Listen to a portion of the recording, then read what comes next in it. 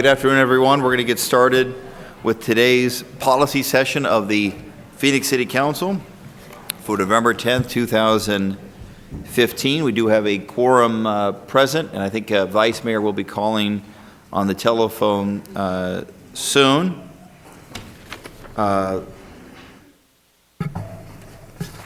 First request I have is if any council member has follow-up information or requests. Councilman DeCiccio, jump in.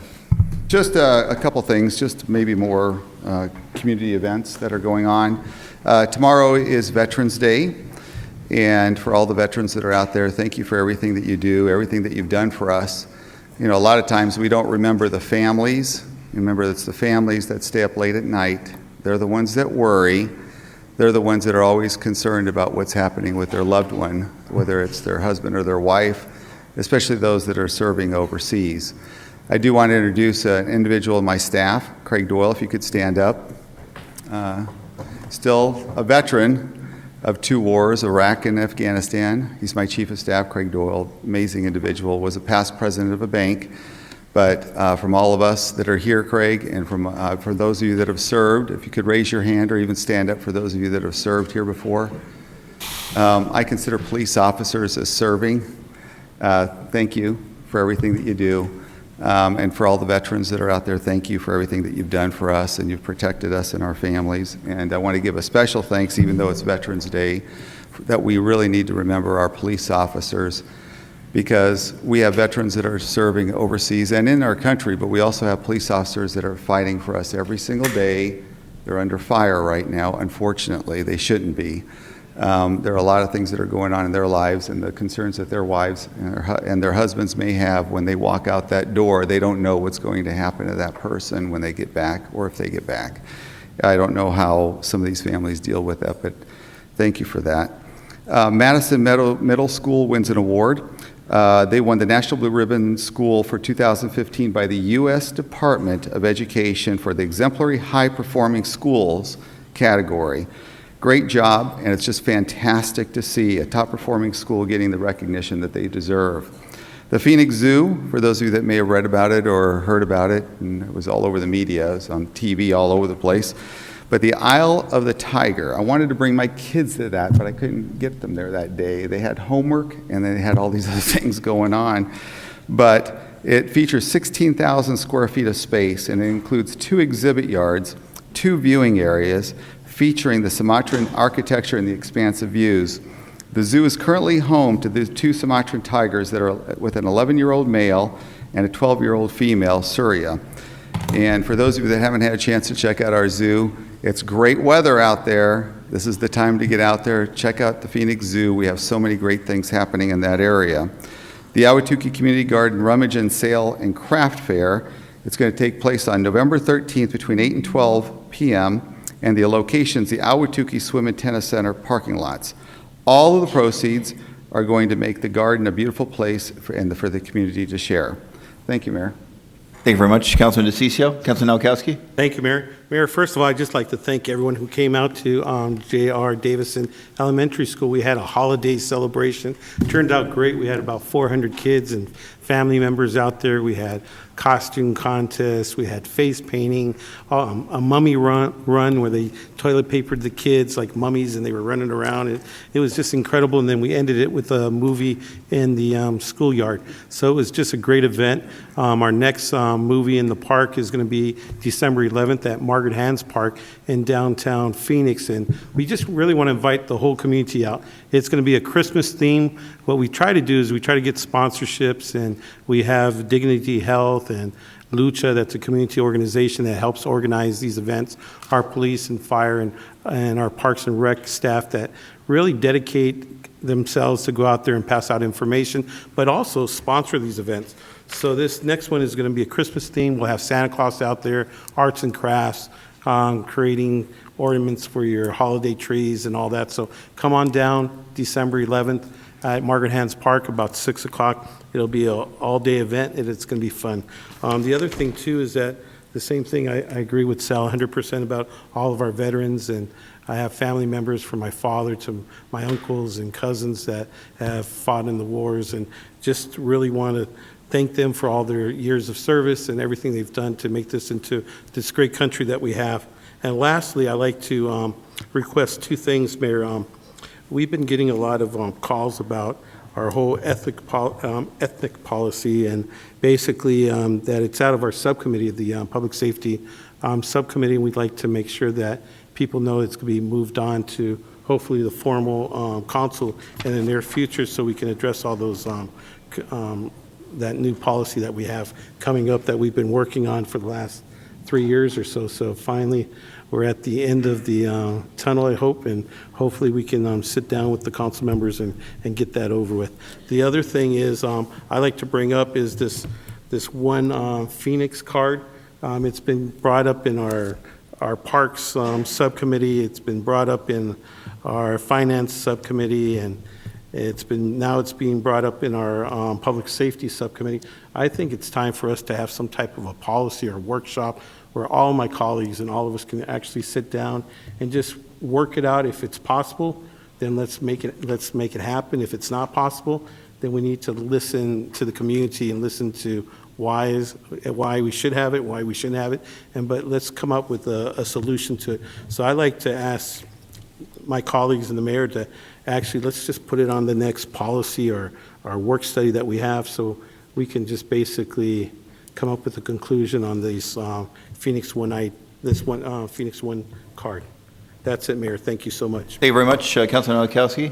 Councilman Gallego, do you have any comments? Yes, thank you. Earlier today, we got to welcome the NCAA to Harmon Park in District 8, and they are going to be investing in our basketball court as part of their service to our community when they bring the Final Four here. So very excited, and thank you to the Parks employees for convincing them that was the right place to invest. It's a wonderful court that has produced many NCAA athletes in its past, and now it's going to be refurbished to be befitting of its important history. And the mayor got to shoot hoops with a former NCAA MVP, and he made it. So thank you for making us look good, Mayor. They did not invite me to shoot hoops. I don't know why. But we're really glad to welcome the NCAA and looking forward to that Final Four. And Ain't no broken nose on the mayor, huh? I would like to remind all of the Division I college basketball programs that I still have 4 years of eligibility remaining, so for what it's worth. He's looking sharp, so we'll be looking forward to the big recruiting announcements, and also wanted to congratulate you, Mayor, on a very successful partnership with Starbucks on the 100,000 Youth Opportunity Fair. It was wonderful to see community college students from District 8 doing prep interview with young people who were neither working or in school. Then they'd do a real interview and get a job that day. That's getting the kind of results that we all love to see, and really heartwarming to see how happy young people were, including some who were getting their very first job ever. So a wonderful partnership, and great credit to everyone at the city who was involved with that. We are also just finishing up our GAIN events in District 8, getting Arizona involved in neighborhoods and visiting a wide variety of District 8 facilities, including Sidney P. Osborne and Luke Crone. So thank you to all of the community leaders who helped welcome us and offer hospitality. And this Saturday, we're going to be having another great community event. We're going to be at Mountain Park Health Center, where we will be kicking off the Love Your Block cleanup on the Grand Canal, where we recently hosted Leader Pelosi as we commemorated the $10 million grant that the city of Phoenix earned from the Department of Transportation to invest in the Grand Canal in District 4 and District 8. And if anyone would like to join us on Saturday for that cleanup, please give us a call at District 8 at 602-262-7493 for more information. I will join my colleagues in looking forward to Veterans Day tomorrow, and thank you to the city manager who recently recognized the more than 1,600 Phoenix city employees who are veterans, and to whom we are very thankful, in addition to all of the veterans in our community. Earlier today, we had a Transportation and Infrastructure Subcommittee meeting, and we did not get to the stormwater update. So I wanted to ask the city manager if you could give us some information on the impact of a $1.50 stormwater infrastructure fee. And that is it. Thank you. Thank you very much, Councilman Gallego. Acting Vice Mayor Waring. Thank you, Mayor. I appreciate it. First, thanks to everybody who came out to our community meeting last week with the aviation director, Jim Bennett. A lot of people asked good questions, but I understand there was a debate that night. There was the World Series that night, so apologize for that timing. I guess you're always going to conflict with something, but if you're interested and you go to our website, and you'd have to really be interested to do that, if you go to our website, you will find our interview with Mr. Bennett, about half an hour, that may answer some questions that you may have. Mayor, we're also going to be giving an award to our police department. If all of our colleagues would like to join us, maybe over to our right, the audience is left, and I'll just read what the award is, maybe Please. before we get over there. Thank you. To do that, I'll put on my glasses. So the award is, the CEASE Network is a national network of community groups working to fight human trafficking. You were good enough to create the Human Trafficking Task Force 2 years ago, and I appreciated you making me chair of that. We've obviously done a lot of events and had a lot of change that we've discussed at other meetings. Pursuant to that and trying to get arrests are up, interdictions of juveniles, getting them out of this life are way up, so we're really pleased about that. A lot of that credit obviously goes to our Vice Squad. So in short, the award is entitled the Law Enforcement Leader Award, and it is given to the law enforcement group who had the most direct buyer disruptions and displayed the most innovation in coming up with creative ways to reach men who buy sex, jamming Johns, in the first year of the CEASE network. The Phoenix Vice Unit has also displayed a spirit of leadership and cooperation by reaching out to all metro area law enforcement agencies to schedule coordinated sting operations and trainings and to make sure efforts extend valley-wide. So we don't want it to just be Phoenix. We obviously want it to be our sister cities as well here in Arizona. Phoenix is also the only city out of the network who has successfully managed to collect statistical demographics on all buyers who are arrested to help in better understanding the population and aid in the development of new ways to disrupt demand. And just to put it in perspective, the CEASE network cities include Boston, Chicago, Seattle, Portland, Denver, Oakland, San Diego, Phoenix, Houston, Dallas, and Atlanta. And out of all those, we got the award. So that's a good thing. We're very proud of it. And want to make sure the entire council, again, has a chance to come over and honor the folks that we're going to have join us. We have Angie Bayless from CEASE, Lieutenant Robert Conrad from Vice, very proud of his efforts and service on our subcommittee, Detective Amber Campbell from Vice, and Sergeant Mark Doty from Vice. If you guys would join us over here. All right, congratulations, Councilman Waring. Councilman Waring, thanks for your leadership. So if all the council would come over, we'll take a quick photo with our police department and community leaders on the issue of fighting sex and human trafficking.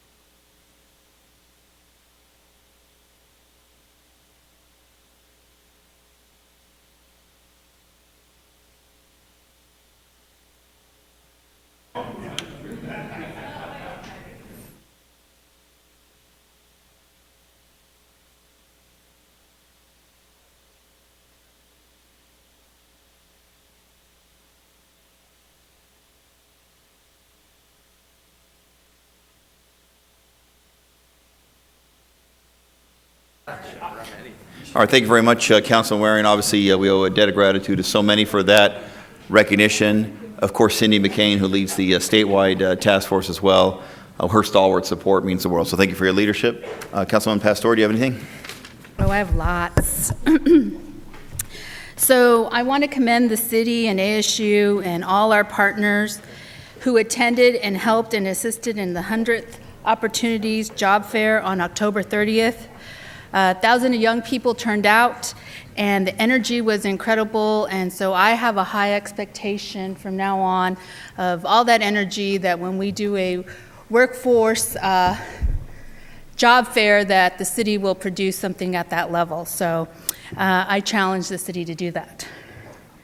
The other item is I want to congratulate Streets Transportation Department on receiving a $10.3 million Tiger Grant Award from the U.S. Department of Transportation for the Grand Canal Thank you for submitting and being successful in receiving it. I believe it will be important in connecting our communities, bike riders, pedestrians to work and school, and increasing safety by improving links along the path. So congratulations.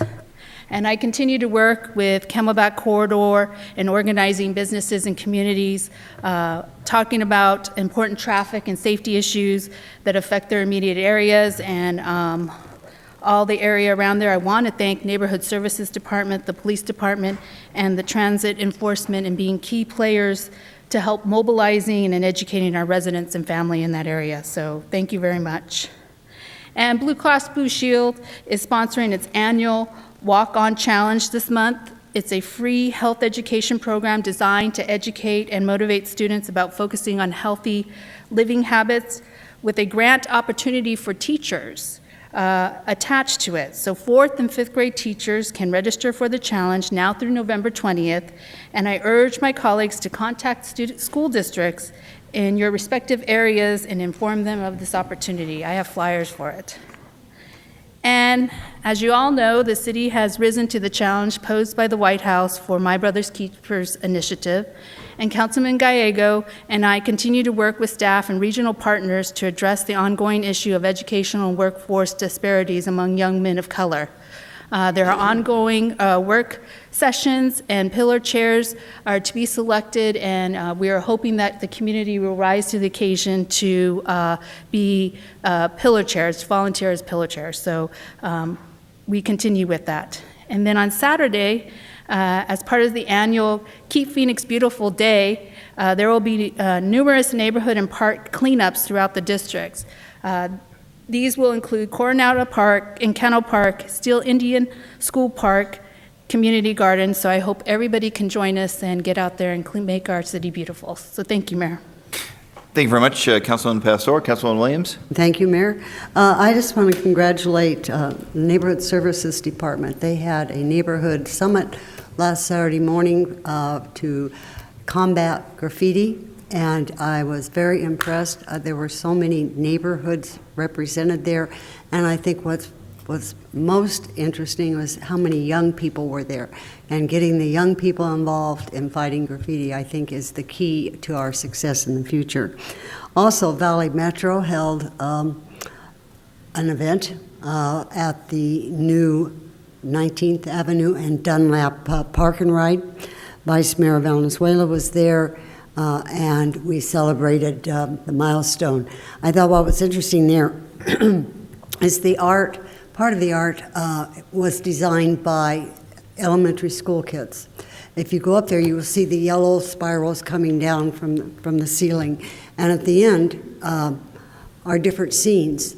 And one of the young girls, her mother told me the story that she's dyslexic and that her older sister always got all the awards and all the attention. But her artwork was selected to be there as a permanent fixture in that park and ride. And the pride on her face, she just radiated. And I said, that will make a difference in her whole life. It will be there forever. She can take not only her friends, but her kids there and say, I did that. And I just think it's such a positive thing that we invited that many young people to participate. Tomorrow morning at the airport, Deer Valley Airport at 7 a.m., we're having a breakfast to honor Canadian U.S. veterans. And our sister city, Calgary, will be there, and it should be a great event. For many years, Canada and U.S. have worked together in nearly every battle, every war that's been known, and it's a way for us to celebrate our partnership and continue relations with our sister city. And I want to mention that Patrick in my office, which many constituents talk to on a regular basis, is a veteran, and he is highly involved in different veteran organizations. And this week he's in Washington, D.C. with Operation Freedom Bird, and that's where they take Vietnam vets who have been in recovery programs back to the wall. And I want to say how much I appreciate his efforts, but I also want to thank Southwest Airlines, who provided the tickets to take everybody back, as well as the local businesses that contribute money to help with the hotel and the other expenses on the trip. So congratulations to them, and that's all I have, Mayor. Thank you very much, Councilman Williams. Councilman Gates, you have anything? Thank you, Mayor. Wanted to announce our November coffee chat, which will be on Tuesday, November 24th from 7:30 to 8:30 in the morning. And to steal a line from Councilman Johnson, who's here, I love Moon Valley. We'll be doing this in Moon Valley in November at the Poignant Tapatio Cliffs. I think Councilman Johnson had that line trademarked, so I think you Oh, may be okay, invited. yeah. My apologies. So, we've invited some of the legislators in Legislative District 20 to attend and give us some updates as well. We'll have some updates on the recent developments that are going on at 7th Street and Thunderbird. Also, we have our District 3 holiday party and bowling party. Annual event will be on December 1st.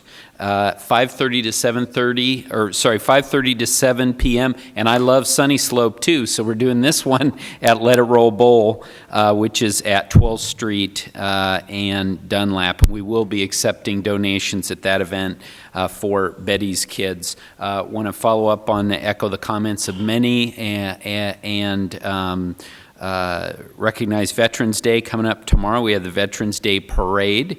That's always a lot of fun, and I'm looking forward tomorrow to spending some time with my grandpa, who's a World War II vet and is about to turn 93 years old, so always a special day to be with him. We're excited. The City of Phoenix has recently been recognized as a technology leader for using digital solutions to improve citizen engagement. Phoenix placed third among cities of 250,000 people or more in the 2015 Digital Cities competition. So that's obviously due in no small part to a lot of the efforts across the city to become more technologically innovative. So congratulations to everyone for that. We were excited to be a part of the Smart City App Hack City Finale over at the Orpheum. The mayor stopped by, as well as Vice Mayor Valenzuela, and the winner was the Park X app. So they're going to Barcelona for the international competition, competing against apps from around the world. And we just recently found out that we're actually going to be able to have two of our apps going to the international competition. The other one is the Her app. So we'll have two of those in Barcelona. And I just want to recognize Dominic Papa from my office, who has done so much. A recent grad from ASU Masters in Public Administration program, and has really taken the lead on this innovation effort. So I want to thank him for all his efforts, in addition to all that he does for our District 3 residents. We recently had two students from ASU Barrett's honors program shadow us for the day, which was a lot of fun. We had Jimmy Arwood and Grant Laufer. And it was a lot of fun to get their perspectives on things that are going on in the city of Phoenix. Another recent activity that we had at the city was the annual Community Service Fund Drive, which is a way that we work with our employees to raise money for the United Way. And the mayor and I were actually, we attended a silent auction and activity. It was kind of a throwback silent auction, so it was a lot of fun. And he actually bid on a throwback item from the late 90s, and he won it, and he gave it to me. And so we have a special guest here. Some of you may recall this from the late 90s.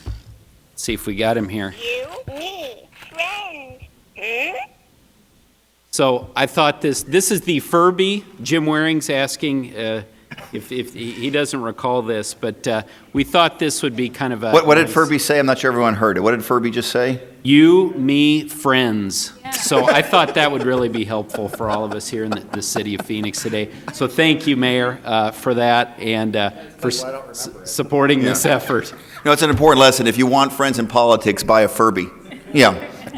Thank you, Mayor. Councilman Gates. Was that all right? Thank you very much. I'll be very brief because we have a packed agenda. I know some of the council members have to leave to do district business as well. It was already been spoken about, but the 100K Opportunities Initiative, a partnership between the City of Phoenix, Starbucks, Arizona State University, MAKISA, the Maricopa County Educational Services Agency, led by Dr. Don Covey, who I may be here. Oh, there he is. Dr. Don Covey is here.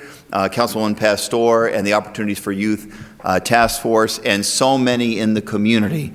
It was a massive event. 1,700 young people participated. These are the so-called disconnected youth that now we're all calling Opportunity Youth, 16 to 24-year-olds, young people that currently aren't going to school, currently aren't employed, and we haven't given up on them. And we wanted to make sure we sent a message that we need those young people to get re-engaged in as much as possible in our community, and one way of doing that is to provide them employment. 1,700 young people participated, 1,300 interviews on the spot, over 500 jobs right there on the spot. 500 young people who started that day without a job, without a lot of hope, who ended that day with a job and a starting point into our community and into a brighter future. And a company like Starbucks, if you got a job there, guess what?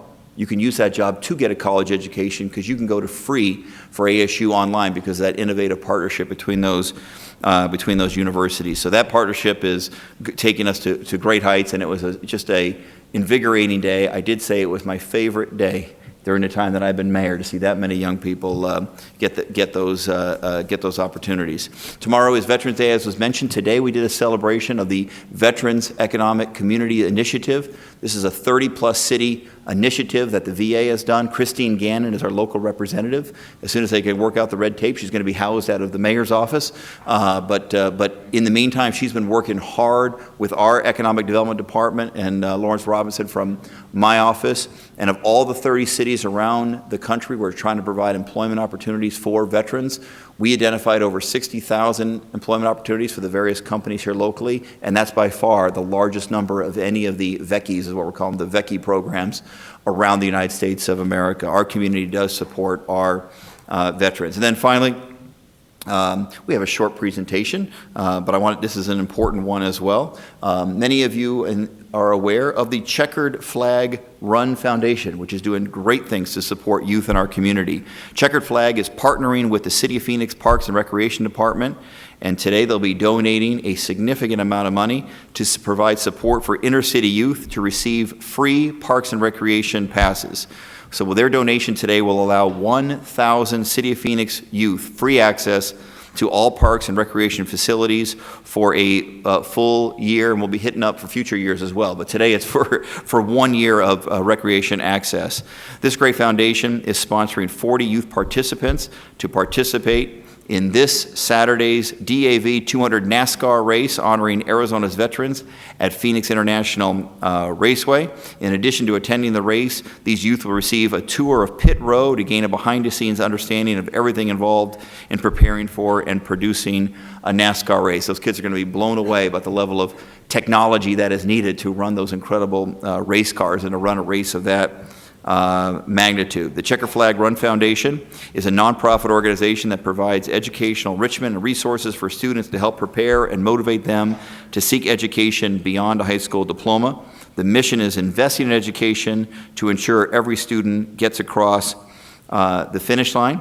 The reason why our former colleague on the City Council is here, Mike Johnson, because he serves as a board member of the Checkered Flag Run Foundation. Alan Powell, our friend who's been involved in numerous community activities, operates the foundation. He has other board members, Aaron Baer, as well as Robert Branscombe, and Brian Sperver's here. And Brian, I want to thank you for attending. And I know you're a close working partnership with Checkered Run, and congratulations on your recent announcement of adding an IndyCar race to the lineup out at PIR, which is going to be a lot of fun for race car fans, but for us, provide a lot of economic development. A lot of money will be coming to our regions by bringing an IndyCar race.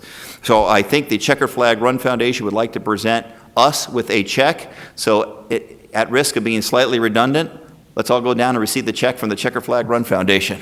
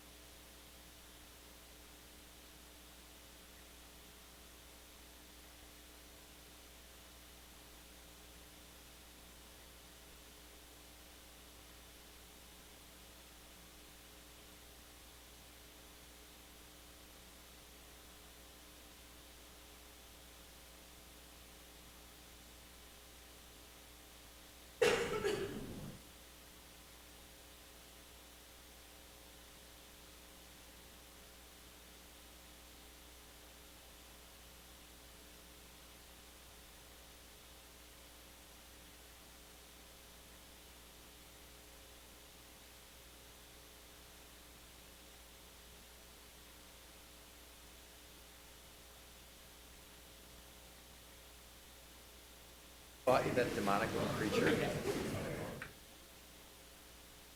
Yeah, I didn't know. I guess I've heard the name, but well, you guys are a little younger than me. What period of the 90s was this? Councilman Johnson, I don't know if you wanted to say a minute or two about Checkered Flag Run Foundation, and as I said earlier privately, keep it shorter than when you were on council. Well, Mayor, that still gives me a lot of time. And I still love District 8.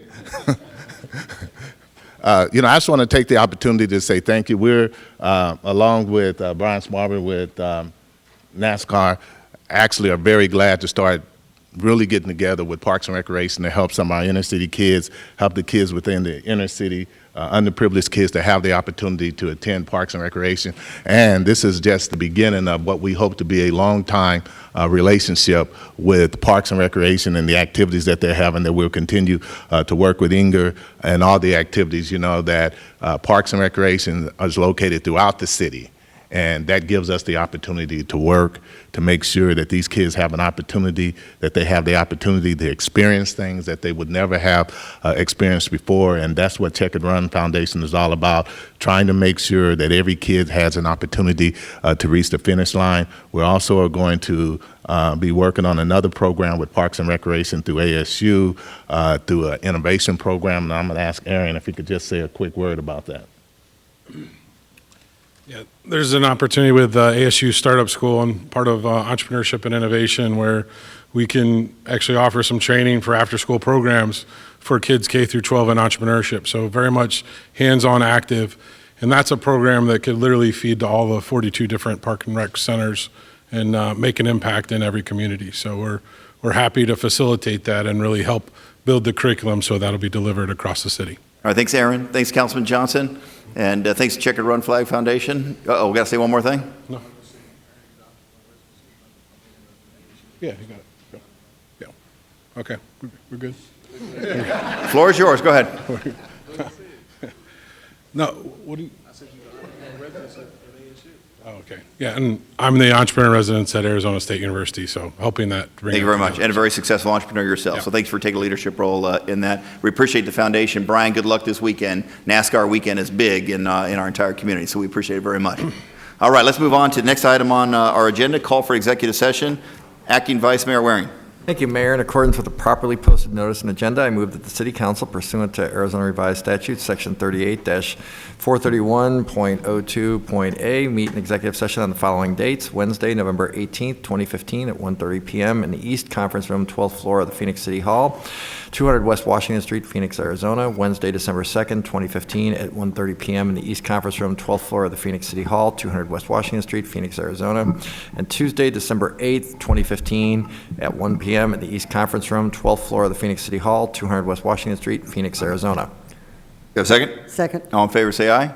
Aye. Any opposed? That passes unanimously. City Manager, Mr. City Manager, any short report or budget updates? Mayor, our staff are working hard right now this month on technical reviews. We'll have a report at the first meeting or at the second meeting in December, so no further report today. All right, thank you very much. We have 3 items substantive on today's agenda. I would politely ask Mr. City Manager we could get through them as reasonably quickly as possible. A couple of council members have to leave for council business. The first one is item number 2, another great partnership program with a wonderful community organization. So let's talk about the Break a Bat Plant a Tree partnership with the Arizona Diamondbacks Foundation. I think I see another big cardboard check over there. That's good news for the city. Our Deputy City Manager, Deanna Jonovich, please. Thank you, Mayor and members of the council. I will turn this over to Acting Parks and Recreation Director Inger Erickson to talk about the wonderful partnership and introduce our guest at the table with us today. Good afternoon, Mayor and members of the council. Today we're here to talk about the exciting second year of the Break a Bat, Plant a Tree. My 2 guests today are Debbie Castellano, and she is the Vice President of Corporate and Community Impact for the Diamondbacks, the Arizona Diamondbacks, and Tony Bowie, who's the Executive Director of the Arizona State Lottery. As you remember from last year, each time that the Diamondback pitcher broke another bat of the batter of the opposing team, we got a tree to be planted in a city park. This year that happened 125 times. So we're going to get about $15,000 to do irrigation and trees for a variety of parks. Last year when you had the opportunity to receive the check, we only had 100 trees, so we're getting 25 more this year And again, this goes to support our tree and shade master plan, as well as to enhance the parks and also provide great amenities in the community. In November 20th, we'll be doing the tree plantings at these parks listed, and so again, this is going to happen on the 20th, and would welcome you all to come out to the various parks and do that. With that, I'm going to turn it over really quickly to Debbie and to Tony, and if they'll say a few words. Mayor, Council, it's great to be back in front of you again. It's been less than 6 months since we dedicated our 35th Diamondsback Field at Alcar Park. And so it's an honor and a privilege to be back here again. We are very blessed to have an extraordinary partnership with the Arizona Lottery. Tony Bowie and his team are extremely visionary in this program, and thankfully the Diamondbacks did better this year with pitchers like Brad Ziegler and others who did what they were supposed to do and helped us get more trees. So let's all cross our fingers that Tony LaRussa and Dave Stewart do their job and get us the ace that we're looking for, and next year we'll be back with even more trees. So this year, we are going to be planting in areas that were impacted by the monsoons. So, Mayor, Council, I have to say, I'm so impressed with the City of Phoenix Park and Recreation Department and their strategic thought behind this and the places that we're going to be able to go. The arborist is so impressive in the selection of trees to make sure that they conserve water, that they provide shade, that they protect from allergies and do all the things that we need them to do. So we receive a tremendous amount of help from City of Phoenix Parks and Recreation. Just for the record, Gonzo showed up for the pictures and didn't plant a thing. Can we hold that picture? Because it looks like Councilman Nowakowski's pants aren't nearly as dirty as they should be either. So if you don't mind, I'm going to allow Tony Bowie to say hello and talk just a little bit about the lottery and their investment and why this partnership means a lot to the lottery as well. Thank you. Good afternoon, Mayor and Council.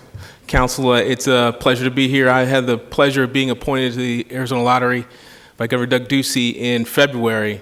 And these are one of the things that we are focusing on in trying to impact all of our communities across all 15 counties. This is the second year of this Break a Bat campaign. We're proud to be a partner with the Arizona Diamondbacks, and we'll continue that relationship. We also look for ways to for the state to be more involved with municipalities. So we're going to be looking for ways to partner with the City of Phoenix that are mutually beneficial. So please, in the near future, you'll probably be hearing something from the Arizona Lottery. Thank you. Thank you very much. I think we have a check, but it's for trees. It's not for money. I don't know if we can cash that at a bank. I'm not sure how that works, but we'll figure that. 125 trees. All right, let's go. Let's go over and accept the generous check from the Diamondbacks and the Arizona Lottery.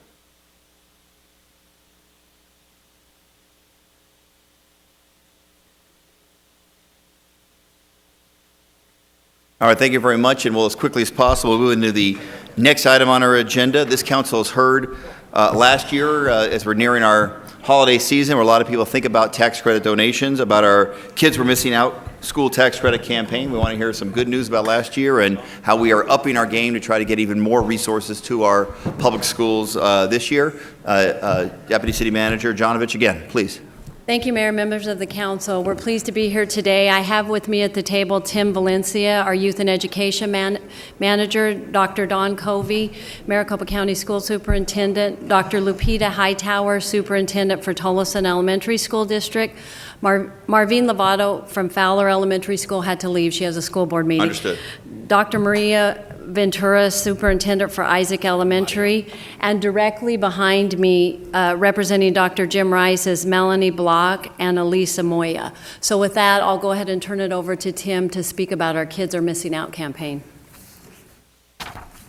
As you're aware, the Arizona state law allows $200 individually and $400 as married to be donated to schools across Arizona. But most importantly, it's to fund programs not typically funded by general funds within the school district. These type of programs like field trips depend on fees collected from individuals and for students. Donating to schools significantly reduce that financial impact of families here locally. In Phoenix schools, math and science teams were able to compete in statewide events. Many activities during the after-school enriched the lives of almost 200,000 students locally. As you may be aware, Governor Doug Ducey signed a new law that moved the deadline for the tax credit donation to public schools from December 31st to April 15th. That went into effect this school year, which aligns to other tax credit programs.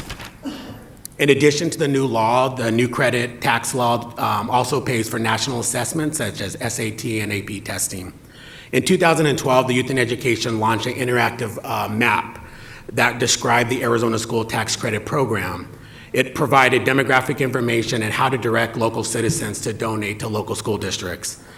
This interactive map was a great asset to identify some needs in our community. One thing that we noticed is there was a disparity in donations. School districts able to accept online donations received an average of $42 per student, while those school districts without online access received on average of 12. And if you look at the map, the red areas are those areas that we target.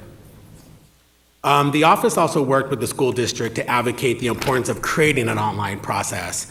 This online process was crucial for additional funds. By 2015, 66% of the school districts accepted online donations, which was up from 48% when we first launched in 2012. To even further close that 34% gap, we partnered with MCESA, Maricopa County Education Service Agency, to create a tax credit portal that allowed individuals to easily donate to schools without online access. And we're very excited because that actually extended to 100% of school districts in Phoenix, but also in Arizona, to accept online donations. And today I have Dr. Don Covey here to speak on behalf of MCESA. Dr. Covey, good to see you. Thank you, Mayor and council people. I really appreciate being here this afternoon, and particularly just a shout out to Tim. He's been great to work with, and as the city has been on many other occasions. But most significant about this is the success, the dedication of, I'd say that the city of Phoenix is good, it's moving to great, now it's becoming extraordinary. Extraordinary from the sense that one of our biggest challenges is to engage youth. And when they're disengaged, that unfortunately gets to drop out, gets to disconnected. We don't want that, so these types of funds, these availability, which garners pretty close to $28 million in our city. So we think that's really commendable, and really congratulations to all of you, Mayor, for your leadership, your tenacity of always being there when somebody asks the further call. Thank you. Let me just add, because you and I had a chance to work closely on this. The bottom line is this: many of our higher poverty school districts didn't accept these donations online. And when MCESA took this issue on, they created a portal so that every single one of our school districts, regardless of the socioeconomic status of the parents within the district, were able to receive donations online. That is so critically important if we're going to market a program to ask not just parents, but the community as a whole, business community, and ask their employees, et cetera, to donate to our higher poverty schools. The ease of access of online makes a huge difference. So what MCESA did, putting that program together to allow every single district access online, was huge, Dr. Covey, and we owe you a huge debt of gratitude. Thank you so much. Please. I'm sorry. Jim, Mayor. go ahead. Also in 2014, the mayor office, with the help of Kramer and Crasalt marketing firm here locally, created the Kids Are Missing Out campaign, which garnered lots of results locally. They actually donated their time and created a campaign to reach out community and businesses that typically aren't part of the school tax credit program. Because of the great work they did, they won numerous awards in the Phoenix American Advertising Awards here locally, which they will continue to go on nationally based on the campaign that they did for us. And really, without the work of Dr. Hightower and Dr. Mario Ventura, and the partnerships, we could not have done these amazing results. And on your screen, I wanted to show that we actually had a 24% increase in the targeted schools that we targeted with the school tax credit program. It's around $103,000 additional dollars that impacted, again, 200,000 students in those areas. One thing that we're very excited about this year is that the office created a campaign guide for businesses. So now we want to target businesses to adopt schools. And this campaign is created very similar to a United Way campaign. Timelines, ideas for social media, checklists. And so we will be providing this guide to our school districts that were targeted, but also will be available at phoenix.gov to download across Phoenix. And one thing I'm very excited is Makisa is also going to be adopting this and doing it countywide. All right, maybe we can hear from Mayor, our we'd be- superintendent, maybe hear from our superintendent, Absolutely. Senator, please, of course. Thank you for coming down. I know you're Thank busy. you, Mayor. Thank you, council members. As a superintendent, one of the best parts of my job is to be able to provide opportunities to kids that they would otherwise not have. And as I listened to you, I was refreshed to listen to you highlight education, and even our other guests highlighted education. We've been quite blessed with lots of opportunities for our kids through grants, but increasing that school tax credit is going to be critical and vital for our school district, since it's the one district that has the lowest donations in the whole county. So right now you see a picture, those are our students. And the one young man in the left, he's involved in mariachi band and also jazz band and Latin jazz band. He really wants to be an architect, but we're really about increasing student achievement and having the whole rounded child. He didn't know how to play an instrument, now he knows how to play multiple instruments. And then again, the opportunity of having those after-school programs with sports and other classes that the kids have. So thank you again. I commend you and your team, and also Dr. Covey and the county for opening it up and having that online system. Otherwise, it would cost our district to have to run the credit cards. Thank you, and thank you. Thank you much. Thank you for the kind words, and more help's coming. Good afternoon, Mayor Stanton and City Council members. I'm Mario Ventura from the Isaac School District, and we are very grateful for the efforts that the City of Phoenix has put forth to increase these tax dollars for our community.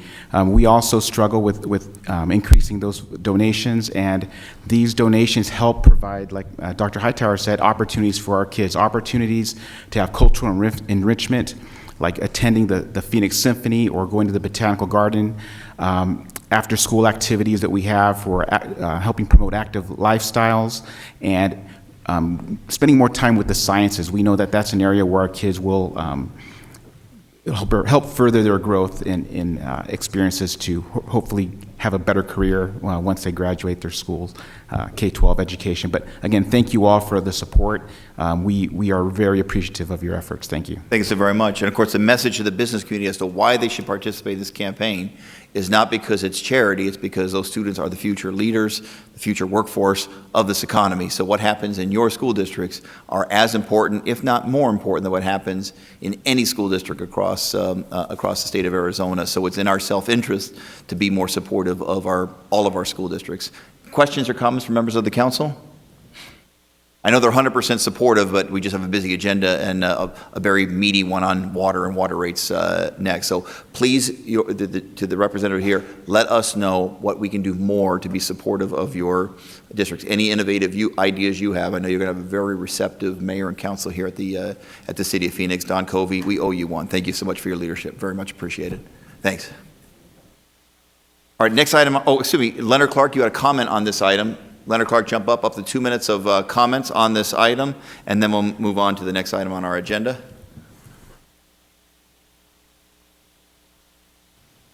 Thank you, Mayor and council members. My name is Leonard Clark. I'm not a lobbyist. I don't work for anybody. I'm here speaking on my behalf and some friends I know. I want to thank the school officials and county official that just showed up. I support this, but I do believe that you should be careful with these things. An article from July of 2015, this just a few months ago in the Arizona Republic, states how the general fund is being depleted, our education fund, because our state legislature, as you know, and this comes down to opinion, but it is fact, they are not funding our state schools properly. That's why we have to have these pitiful bond rallies. And as you know, basically with your IDA and the state charter schools getting a lot of help from you, 9 individuals, and we have to go out and knock on a lot of doors. So this type of thing, what's happening is it was supposed to help special needs students in the very beginning. This type of tax credit was started about 18 years ago in the state of Arizona. And unfortunately, it was intended originally to help special needs and students and disabled students, but it has ballooned and grown out. Corporations, wealthy families who would have sent their children to special schools anyways, private schools that is, now get a big tax break because they would have sent their children there anyways. And then the families who can barely afford to go to a private school now with these tax credits will still have to pay money, whereas if they were just in the public school system, they wouldn't have had to pay anything at all. So I just think this is just another pitiful example. I know you, Mayor, say it's not a case of charity, but unfortunately, in my opinion, it is charity because we have great students in Arizona. We have one of the most beautiful states in this country, out of the 50 states of our republic, and yet because our banana republic legislature won't fund properly our state education system, we're ranked near the below, maybe right above or below the state of Mississippi. No knock on Mississippi. So yes, I support this, but school choice and all of these words you use, the spin is not correct. So I guess we have to do it. Thank you. Thank you very much, Mr. Clark. Just want to make sure anybody watching at home is clear. What you're talking about, maybe the fight over a voucher system. What we're talking about today was up to $400 tax credit for public schools. And I'm actually not a big fan of how they do the voucher program, but as long as they have that system, I think it's incumbent upon us to try to support our local public schools, particularly from higher poverty areas. I appreciate the sentiment. Next item on the agenda is item number 4, which is going to be a fairly meaty item. I know it has multiple elements to it. It is a discussion of a water sustainability strategy for the city of Phoenix. So Deputy City Manager Karen Peters, I think you're kicking off the item. Thank you, Mayor, members of the council. We do have a lot of information to present to you today. This item is for information and discussion, and we'll be presenting it in 3 parts. The first being the drought update, then a discussion about water pipelines, which is an integral part of our water and wastewater infrastructure, and then lastly, a discussion regarding our financial strategy going forward. I'm going to introduce Catherine Sorensen, our Water Services Director, who will lead us off. Good afternoon, Mayor and Council. I, in turn, am going to introduce Cliff Neal, who is our water advisor, doing an excellent job for us. He's going to take us through the first part of this presentation, which is a drought update. Mr. Neal. Good afternoon, Mayor and council members. I'll move quickly, but if you have questions, feel free to stop me. This is a map you've seen before. Basically, the idea of this, it's a drought monitor map that's put out every week. Just to explain to you, white means no drought, yellow means abnormally dry, red and dark red means exceptional drought. So just to give you a feel for what we're seeing in Arizona, we're still in the moderately dry to moderate drought. Excuse me, abnormally dry to moderate drought. But California, as you can see, is still an exceptional drought, just to give you perspective there. So that's where we stand today, or actually as of November 3rd. Looking at future conditions, your future projections, this is a study that the National Oceanic and Atmospheric Administration puts out every week. They put a map together that shows projected precipitation. This shows precipitation for the next, or actually from January through March of 2016, the coming winter. The good news is, in some ways, is there's an El Nino that's formed, a strong El Nino that's formed in the Pacific. That means the water temperatures have risen. And according to NOAA, that means that the Southwest will probably see a wetter winter than normal. In fact, you can see it's dark green. The darker the green, the higher the probability of a wet winter, and brown means lower probability. So you can see from that map that we're looking in good shape. Mr. Neal, just a moment. Vice Mayor, did you join the meeting? I won. All right, glad you're on. Mr. Neal, I'm sorry. Thank you. Just to focus in then on the black box, that's kind of our region, just to show you how this will impact our region.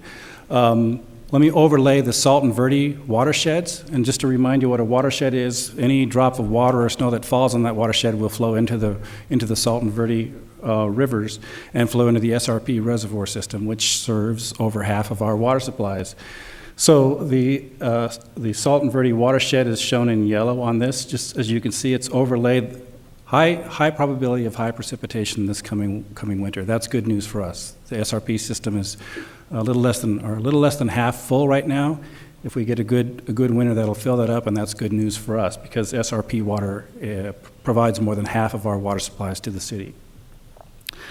On the other hand, laying over the Colorado River watershed, it extends farther up into the north. As you can see, it actually extends up into Utah, Colorado, and Wyoming, and that wide area represents a prediction of equal prediction of normal conditions, dry conditions, or wet conditions. So it's kind of a crapshoot up in that part of the country. The bad news is that that's where the snowfall, the snowpack occurs that feeds the reservoirs on the Colorado River system. So the takeaway from this map is that an El Nino probably means good news in the southwest, but it may not mean that the Colorado River system will fill back up. So we still have to deal with issues on the Colorado River and concerns about resiliency of the Colorado River.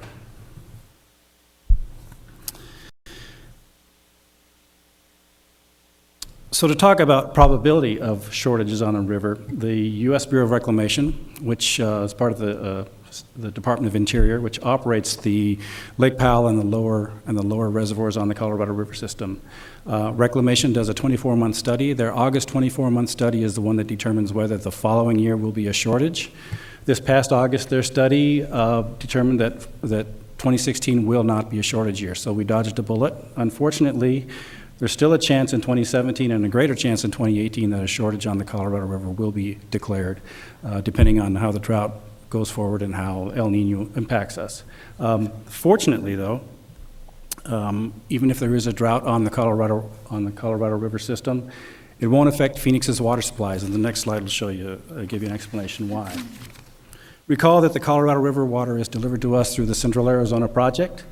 A normal year supply to the CAP is about 1.54 million acre feet per year. A shortage year in 2017 would be a reduction of 320,000 acre feet, or in other words, we would be delivered 1.22 million acre feet in that shortage year in 2017.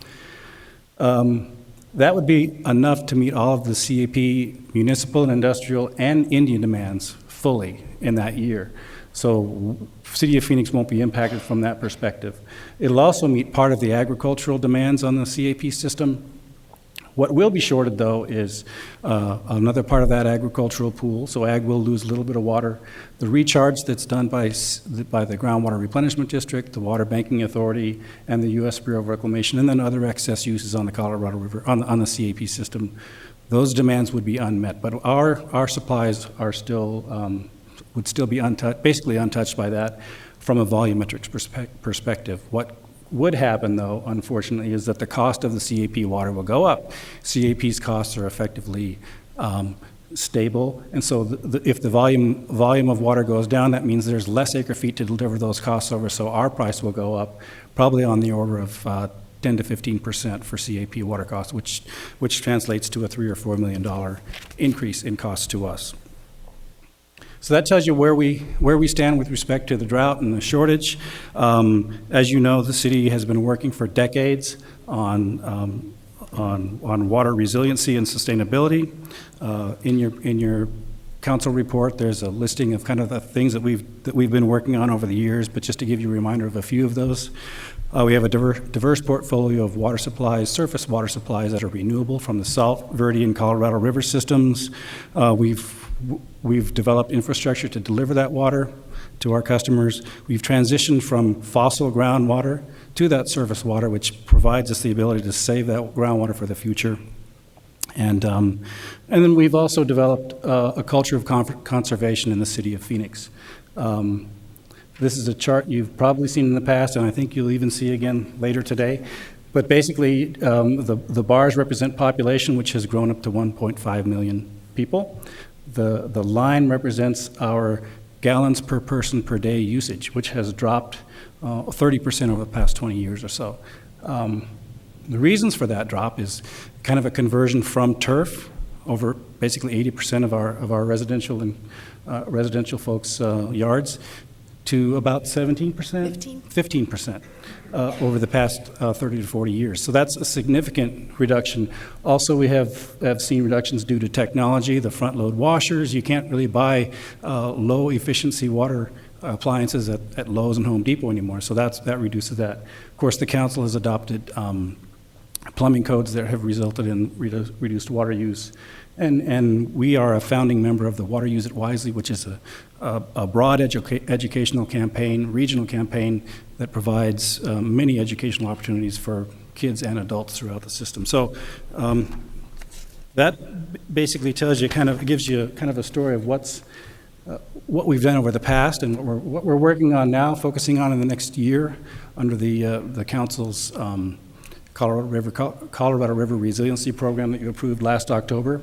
We are focusing next year on increasing our storage of underground, or our storage underground, basically going from almost 20,000 acre feet stored this year to almost 35,000 acre feet next year. Part of that is in the Tucson area, so we're also working on expanding our partnership that you approved last year with the City of Tucson and Metro Water down in the Tucson area. So that's a significant issue that we're working on and making progress, I believe. And finally, then we're expanding our aquifer storage and recovery program. That's a program where we actually drill a well that we can put water into when we have excess water and then pull it back out when we need water during a shortage. So we have 2 wells in operation now. We've constructed a new one that's in final testing phase in the Cave Creek area. And we've successfully drilled a new well in the Deer Valley, near to the Deer Valley Water Treatment Plant that's going to increase our capacity for storage under that program.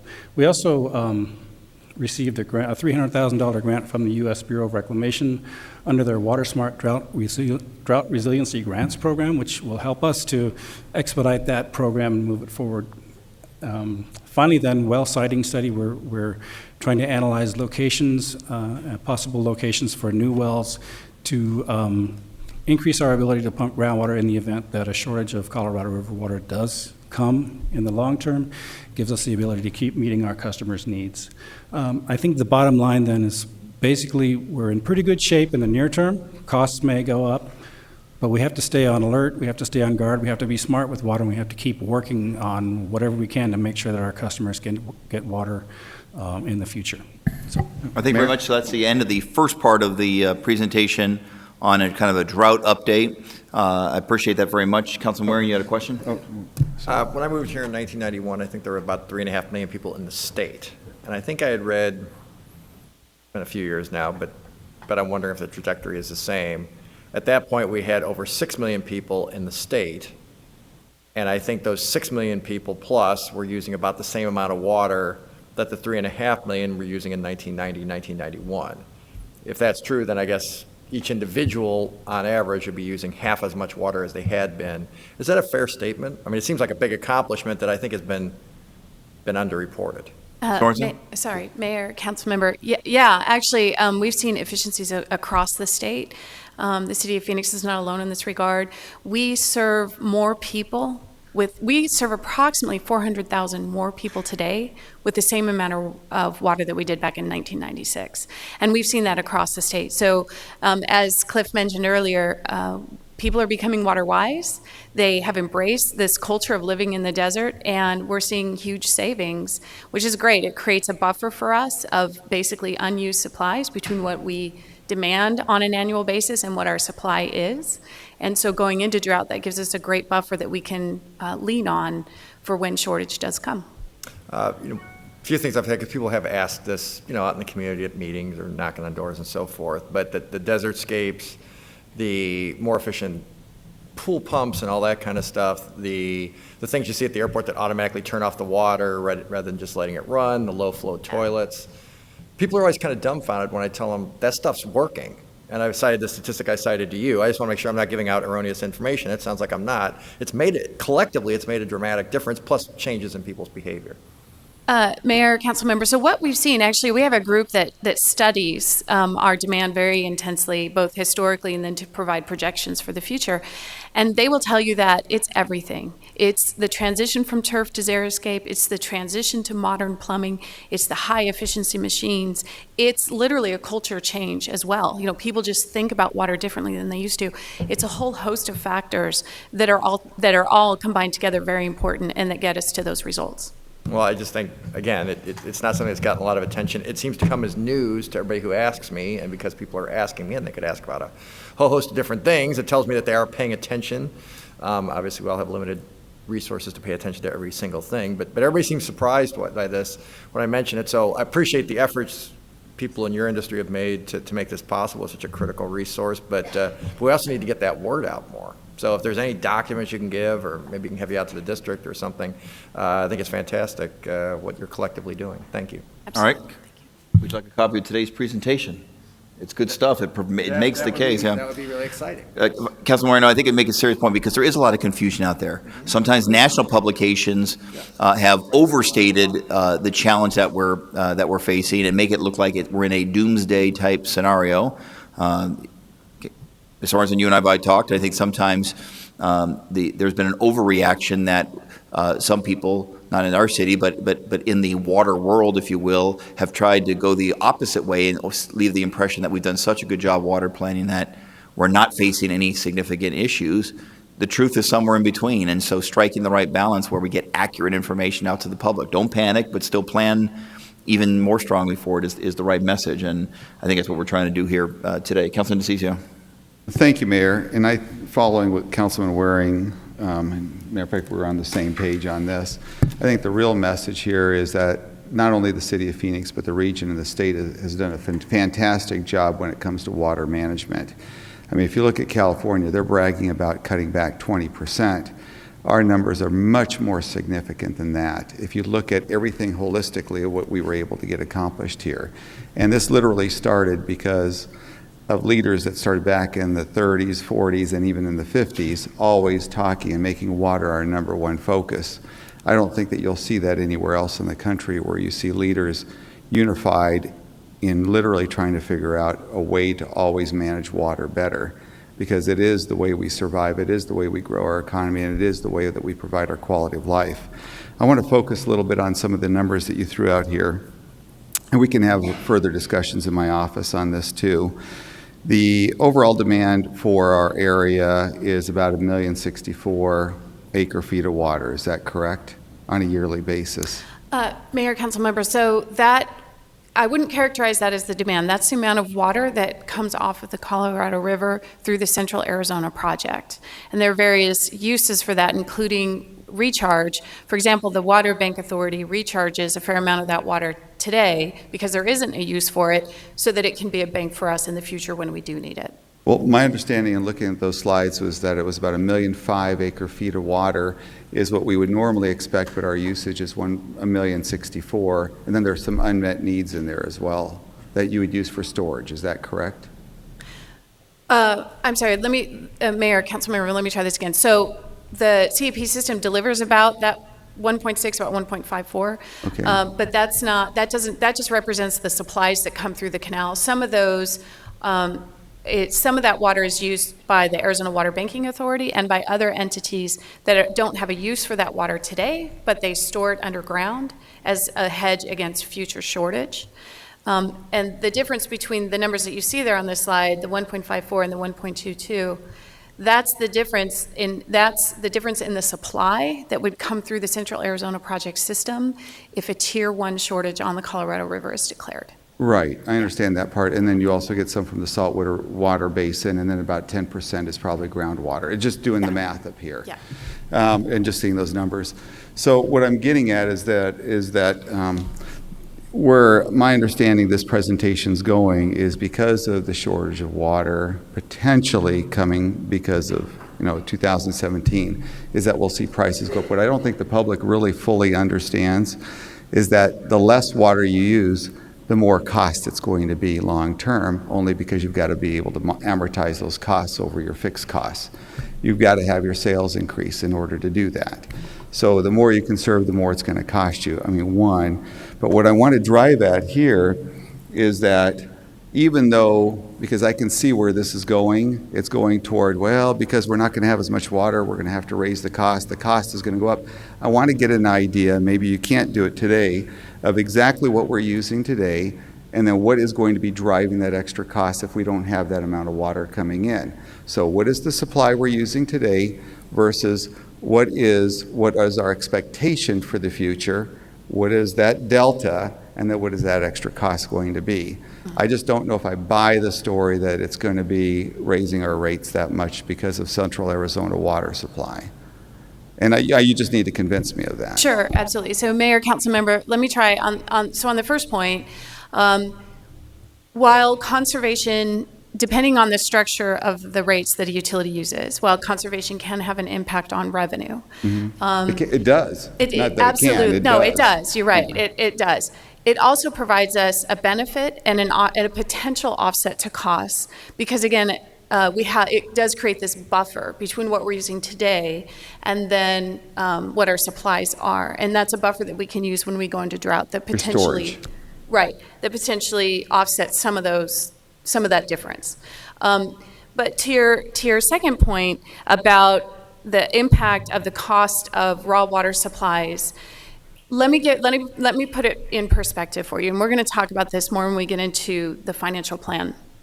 Raw water supplies are a relatively small part of our cost structure.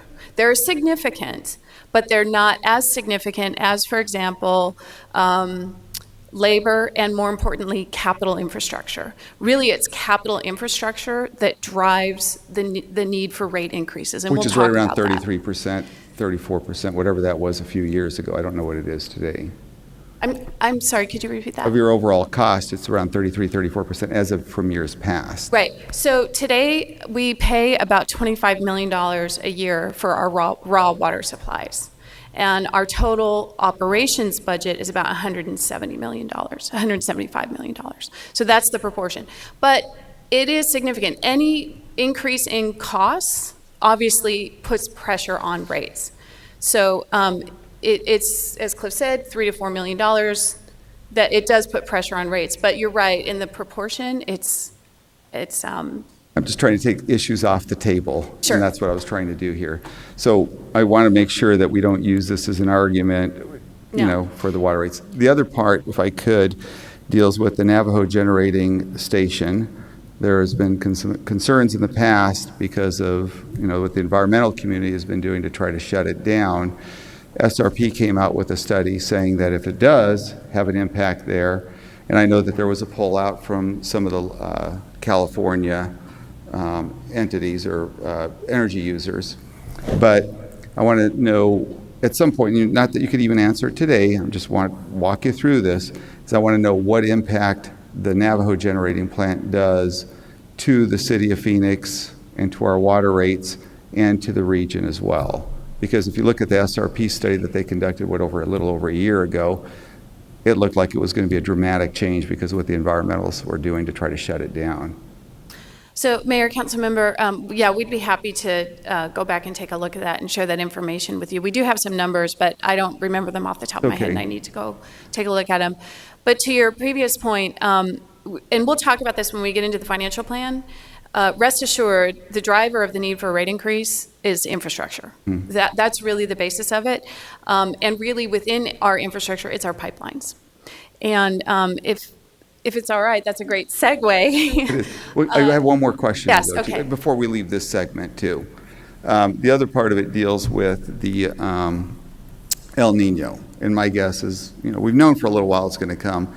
Are we looking to do anything to expand our ability to store whatever extra waters are coming in? I understand the snowpack. I do get a little bit of water. But the question comes down to, are we doing anything in addition other than what we've already planned for that will probably take effect mostly past El Nino to take advantage of what those extra water amounts are going to be coming in? Mayor, Councilmember, so yes, the answer is yes. One of the things that we are doing is we're working with SRP, who in turn is working with flood control and the Bureau of Reclamation to potentially store some additional water on a temporary basis within flood control space so that we could take better advantage of some of that water if it comes. So that's one of the things that we're doing. Beyond that, Phoenix, we're not looking directly at increasing storage. That would be something that would obviously be a partnership through the Salt River Project and others. And then I'll leave it at this. If sales were to go up, which means more revenue coming in, because then you've got your fixed costs that you've got to cover, we would not be looking at any potential of a rate increase. Mayor, Councilmember, I don't agree with that statement. I think. Well, why? And you'll see this in our financial plan, because right now we're in a situation where we are strategically drawing down our fund balance. And so it takes more than an increase in revenues for us to get to a place where we would not need a rate increase. It would also take a very significant cut to our capital improvement program. And we can show you those numbers. You can increase revenues multiple ways, by raising rates, or you can raise it by raising sales. And you're saying that if we don't raise our sales, what I'm trying to get at is that on sales is another way of raising revenue. Mayor, Councilmember, I'm sorry, I see your point. I guess mathematically that's true. I mean, if revenues come in $100 million more than what we expect, sure. We just don't expect that to happen. The trend towards conservation continues, which is a good thing, as I described. We're very happy that we have a fantastic buffer between our supplies and our demands so that we can go into these drought and shortage scenarios with some comfort, with some reliability. But we see those numbers continue to trend downward. And don't get me wrong, water management, water conservation is a good thing because you do want to be able to save and water is an asset. You save your asset just like you would a bank. You bank your dollars, savings account, same thing with water. And that's the way we've always treated it here in the state of Arizona. I want us to continue doing that. But what I'm trying to get at, though, too, sales has a direct relationship with the amount of money that you pay. And the public doesn't understand that either. I like Jim, or Councilman Waring, I tell the public, hey, we've done a fantastic job of conserving water, and we are not facing a threat. There's always a potential of something going on, but we talked about this at one of the last meetings. It's a 1 in 10,000 year event that we would have to see, and even if that occurred, that 1 in 10,000, we would still be fine as an economy. So the question is where do we go from here and do what we always do well, and that's conserve and manage our water well. Absolutely. Mayor, Councilmember, what I would add, though, is that we are facing a threat. We've planned well for it, but we got to continue to be vigilant. Right. Thank you. Thank you very much. Are there questions on the drought side of the equation, if you will, before we start the financial plan presentation? Councilman Waring, do you have additional? Just one thing, because both you and Councilman DeCiccio mentioned it. I mean, I don't think either one of you is implying that I was saying, hey, we're home free, everything's great. We deserve credit for the work that we've done. I agree with Mayor Stanton in this case that I do think the threat has been really presented as omnipresent and immediate and right here, right now. I would actually almost rather have that so that the public stays vigilant and we are motivated to be focused on what we need to do. We do deserve credit for what's gone in the past, but that is the past and this is the new standard. So I was no way saying that the work is done, but to this point, if we can keep this trend going for another 25 years, we should be in good shape. Is that a fair statement? Mayor, no, it's a long way out. It's a long way. So difficult to say. A lot of our planning in the past was based on known hydrology, and that hydrology appears to be changing. And so that's just something that we need to take into account. We feel as though we've planned well. We came up with the Colorado River Resiliency Program because we knew that that was a threat that we were facing. I'm confident that we will be able to face those threats, that we will continue to provide reliable quality deliveries to our customers, but we just can never let our guard down. Mayor, members of the council, I think that to the same extent that water resources are an asset, our water infrastructure is a very important asset that we need to protect and invest in, and so the next portion of the presentation will focus on that. And Mayor, council member, let me first introduce Troy Hayes, who is our assistant director. He is basically in charge of everything water, so the entire water utility. And then next to him is Amy Conroy. She is a deputy director over the water engineering group. Before they get started, and Amy's going to go through our pipelines with you, I just want to put some of this in a very broad perspective. So I asked Amy's engineering team to come up with a very, very rough estimate of the replacement cost of our water utility. In total, it's between $14 and $15 billion. Approximately $11 billion of that is pipelines. There's something that's very unique about the city of Phoenix when it comes to water infrastructure and particularly pipelines. We have a relatively spread out service territory. We cover 540 square miles. We've got 7,000 miles of pipelines to cover that area. That's about the same number of pipelines that the Los Angeles Department of Water and Power has. And they serve, I think, approximately 4 million people. We have a lot of pipes. So when I talked about infrastructure being the driver of our rates, it's within our infrastructure, it's the pipes are the largest single cost component of that. So we thought it was worth the time to spend a few minutes on that. It's obviously very important for you as trustees of the community water system and for our public to understand what we do to prioritize our pipeline replacement, to make sure that we are spending this large amount of money over time responsibly so that we can keep rates reasonable. So I'll hand it over to Amy and she will go through our pipelines. Good afternoon, Mayor and members of City Council. The purpose of this portion of the presentation is to discuss the Water Services Department's strategies on renewing our aging water mains.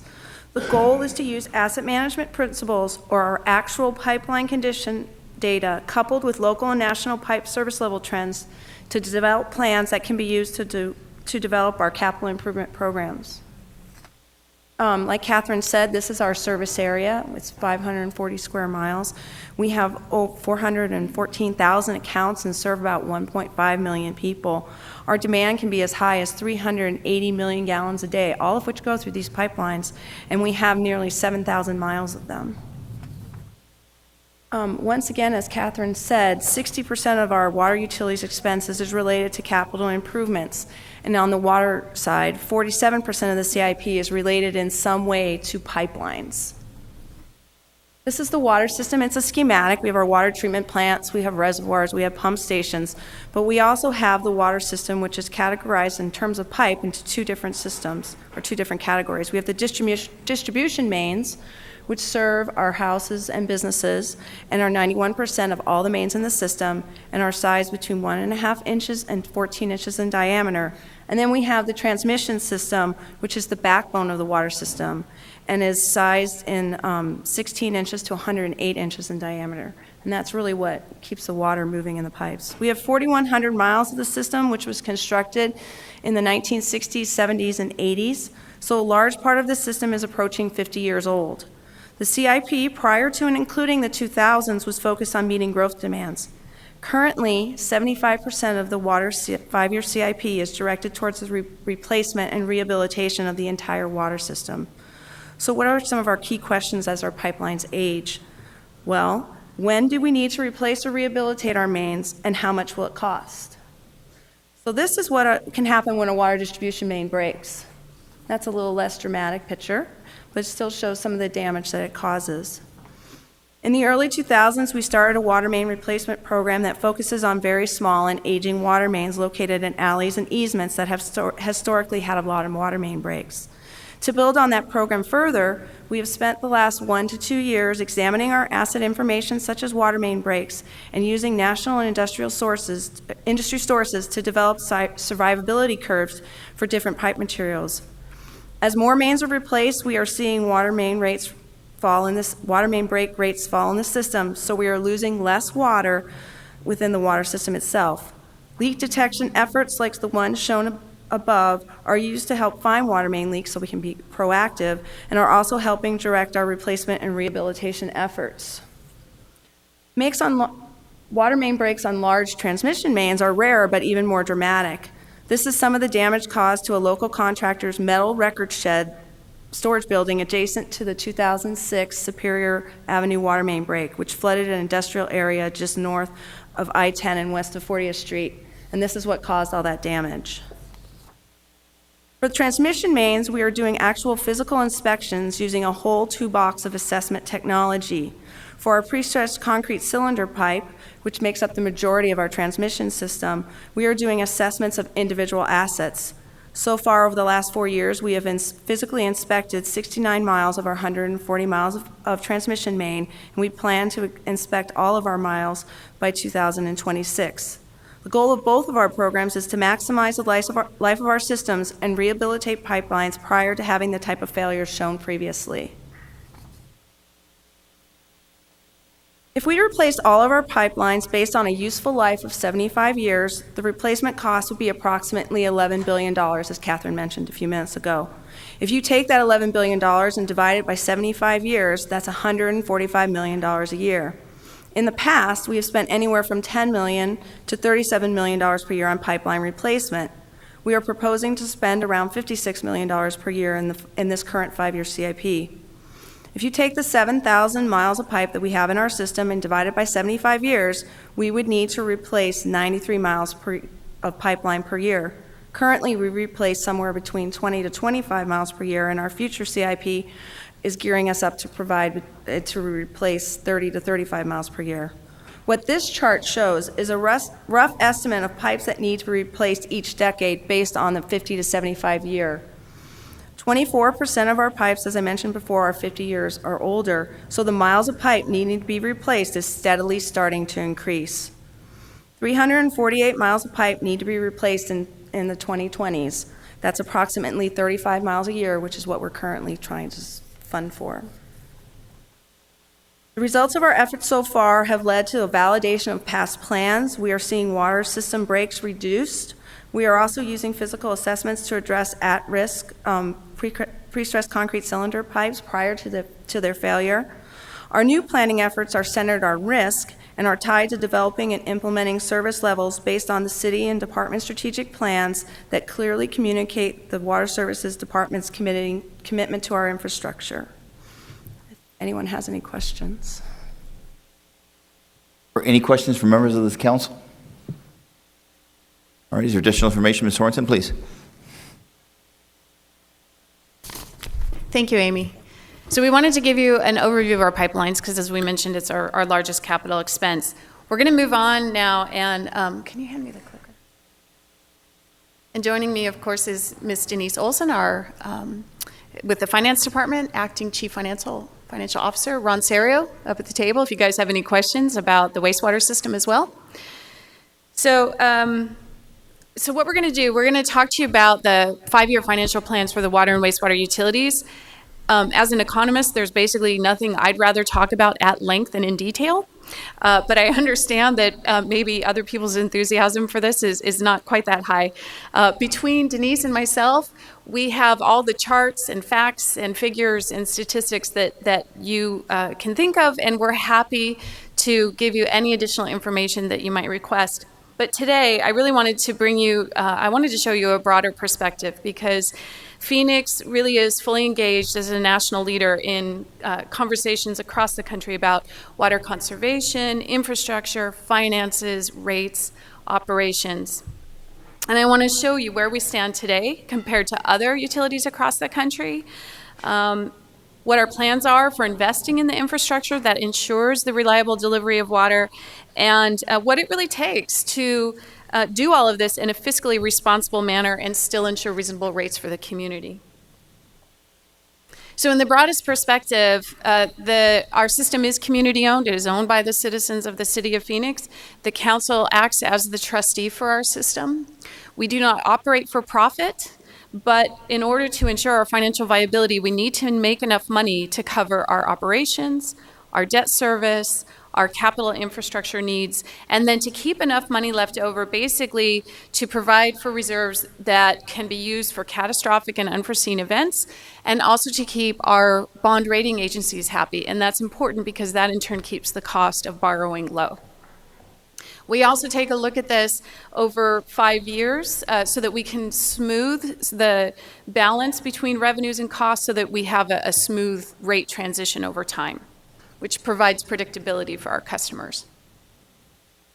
But then, so that's great. This is the amount of money we need to make. Then our duty is to make sure that we are keeping those costs reasonably low while still maintaining a reliable system. And I think you guys can imagine there's a middle ground there. We could have no costs and deliver no water. That'd be really simple, and there would be no costs associated with it. There'd also be no water. We could have a gold-plated system. We could hire far more people than we really need to maintain the system. It would be the most expensive system in the world. We're aiming for that, something in the middle that's reasonable and responsible for our customers. So again, broadly, this is where the money goes. This shows you the water utility and the wastewater utility, the total costs over the next 5 years that we expect to pay.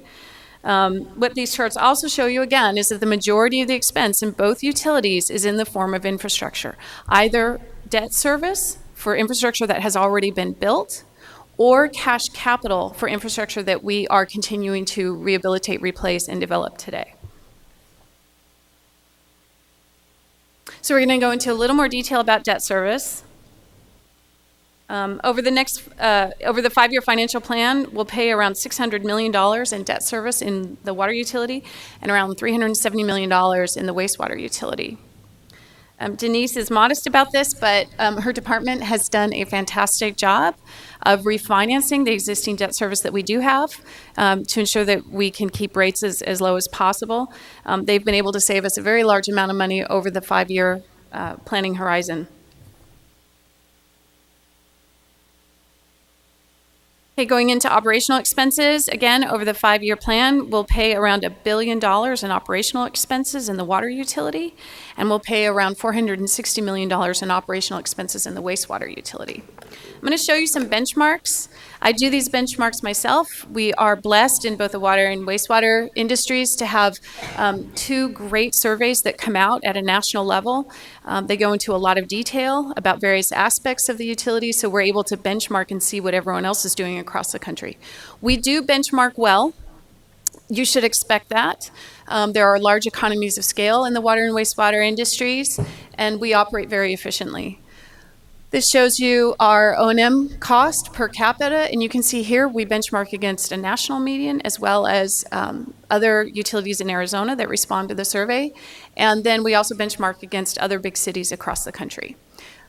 Quick question, Yes. what's your, as quickly as possible, what the reason for the significant difference between the Phoenix O&M per capita and state of Arizona average at we're about, looks like 40% of the statewide average. So, right, and Mayor, council members, so you should expect that because we are relatively large and there are a lot of economies of scale in the water industry. So, for example, if you're running a surface water treatment plant, you're going to need to staff it with the same number of people no matter how much water is running through that plant, for example. So there's just some very large economies of scale that we're able to take advantage of.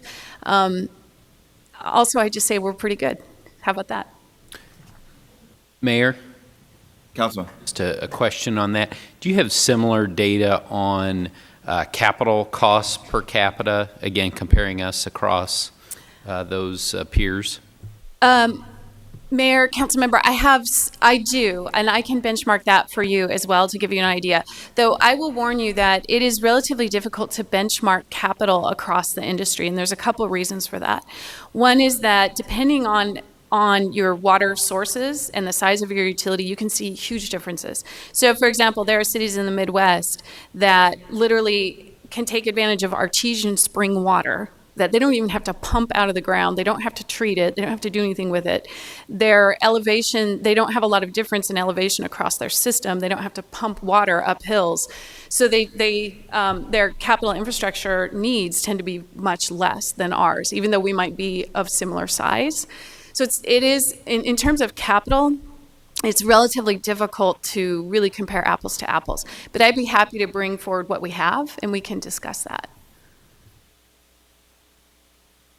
So this shows you our operational expense per million gallons. Again, we benchmark well there. And then we also are able to benchmark per account. And you can see in all the ways that we are able to benchmark, we do compare very favorably.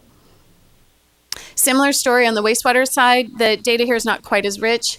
We're not able to compare across Arizona, but we do benchmark well against the national median and other big utilities across the country for O&M per account and per million gallons, and of course per population. So it's a relatively efficient utility. So labor is our largest operational expense, but outside of labor, we have what we call the big four expenses. On the water side, that's the cost of raw water, the cost of electricity, chemicals, and then what we call granulated activated carbon, which is we use for water quality purposes. We do have a really great energy efficiency program. We expect to spend between the two utilities somewhere on the order of $13 million over the next 5 years. That's all the normal things that you would think of, LED or light replacement, things like that. But we go above and beyond that. We have a very robust program. We look at our pump efficiencies, make sure that they're sized correctly, make sure that we're getting everything we can out of our infrastructure because electricity is such a large cost to us. On the wastewater side, it's a similar picture. Of course, there's no raw water expenses on this side, but there are electrical, chemical expenses, sludge hauling, and that is what you think it is. Those are the solids that need to be disposed of. We dry those out in basins first because the hauling costs are lower if there's less water content. They are hauled off, and instead of landfilling them, they're actually recycled. They are used for non-food agriculture. So it's a great way of really recycling what is essentially a resource and keeping it out of the landfills. We also spend a fair amount of money on odor control in operations.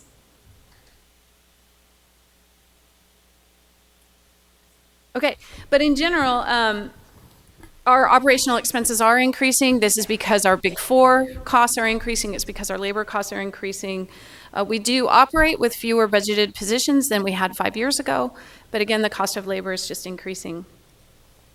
So we do expect operational expenses to increase over the 5-year period. We'll talk about our capital needs.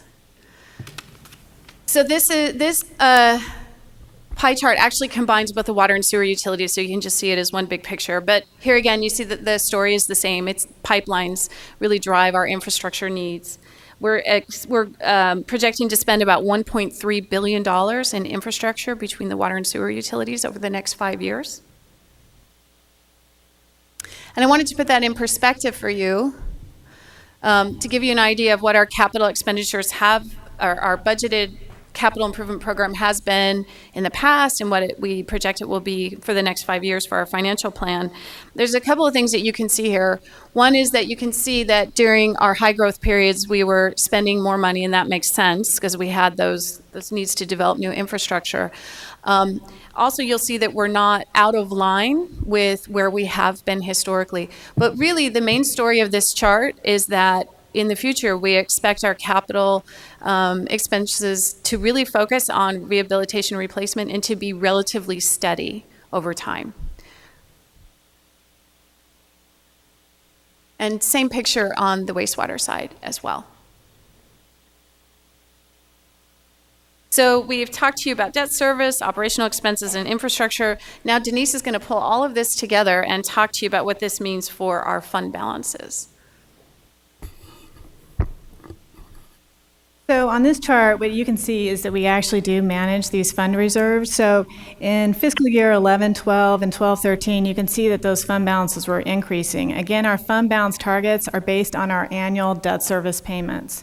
So in fiscal year 12, 13, we started doing refinancing so that the fund balance targets decreased because our debt service was decreasing with the refinancings. So you can see that those fund balances have decreased. Those were planned. And we've had 0% rate increases. So we were using our fund balance versus having rate increases during that time period. Now, in 2021 and 2022, we are looking at a new bond sale, so we need to start increasing those fund balances over time. You can see the same pattern also exists with wastewater. Again, we had higher fund balance amounts in 11-12. We plan to decrease that fund balance and use those monies instead of a rate increase. But now we need to ramp up because, again, we're looking at a wastewater bond program in 2021-22. Okay, and we talked about this when we talked about the water resources drought update, but it is the fact that our consumption trends are declining, and that does have an impact on revenue. As we discussed, we're happy to take it because we love to see that buffer between our supplies and demands, but yes, it does have an impact on revenue as well. So here are the facts on the ground. We do need to continue to pay debt service obligations. Our operations are efficient, but our costs are increasing. Our capital program is needed to maintain those reliable deliveries of water and the safe removal of wastewater. We have been strategically reducing our fund balance, and we have declining consumption rates. So Denise is going to really quickly take us through the financial plans. So as you know, the Water Department puts together their budget, both the capital side and also the operations side. Then we put it together in the financial plan. That determines the rate increases and also the bond sales that we will need to support that program. We have very conservative assumptions in the financial plan. Growth we have at 1%. We are forecasting an El Nino year and normal weather patterns in the future. Operating expenses are based on the Water Department's budget. We do have a modest inflation of 4% for most costs, and we have a separate forecast for those big four costs that Catherine was just talking about. We have in the financial plan the savings that we've received from the debt service, or from the savings from the debt service refinancings that we've done. So in water, we've saved $73.3 million, and in wastewater, about $22 million. Now, these refinancings wouldn't have been possible if we didn't have AAA bond ratings, or at least we wouldn't have saved as much. So factors, why do we need a rate increase? Well, the main reason we need a rate increase is so that we have enough resources to invest and into replacement and repair of the capital infrastructure. That's the main reason for the rate increases. Catherine also showed you that the costs are increasing for operation and maintenance. We've also shown you that we've been making use of those fund balances, and so we've done that over the last 3 years, but that time has come where we've hit our fund balance targets, and so now we need to look at increasing those fund balances. And that is because we are planning bond sales for 2021 and 2022 for both the water and wastewater systems. So overall, what we're looking at is a 3% increase for water and a 2% for wastewater. And then we're also showing you those out years because that is what is required to support their CIP program. So it's 2% on both water and wastewater in those out years. The combined bill impact is 2.6%. So this chart shows you a little bit of history on what's been going on with water rate increases. And you can see that we had annual rate increases from 1994 through about 2013. And during that time period, the Phoenix metropolitan area grew about 54%. So the Water Department had to build infrastructure to support that growth. We also had a number of federal mandates during that time period. Then the economy took a downturn, so we started refinancing in the finance department to save money. The Water Department also responded by delaying their capital program or even delaying some projects and deleting some projects. They also worked with the council and a citizens committee to implement efficiencies in the operations side. So because of that, we've been able to draw down the fund balance and not have rate increases.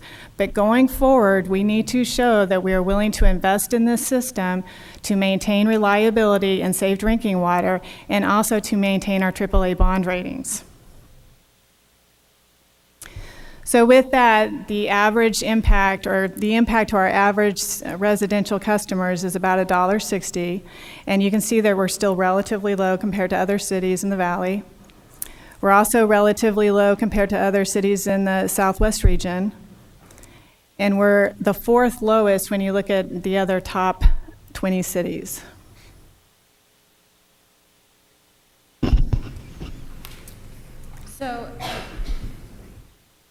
So back in October, our Water Rate Advisory Committee did vote in favor of a 3% water rate increase and a 2% wastewater rate increase beginning March 1st, 2016. That was a unanimous vote.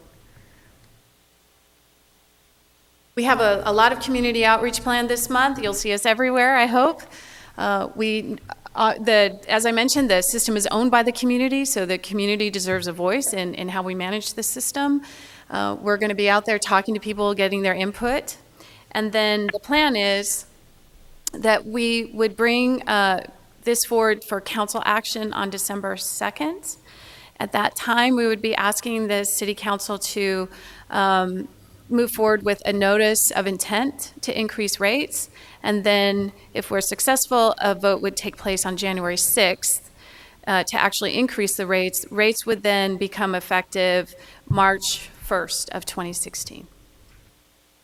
Mayor, members of the council, if I could, we did have some really in-depth discussion, many hours of work with the Citizens Water and Wastewater Rate Advisory Committee. I want to recognize their hard work.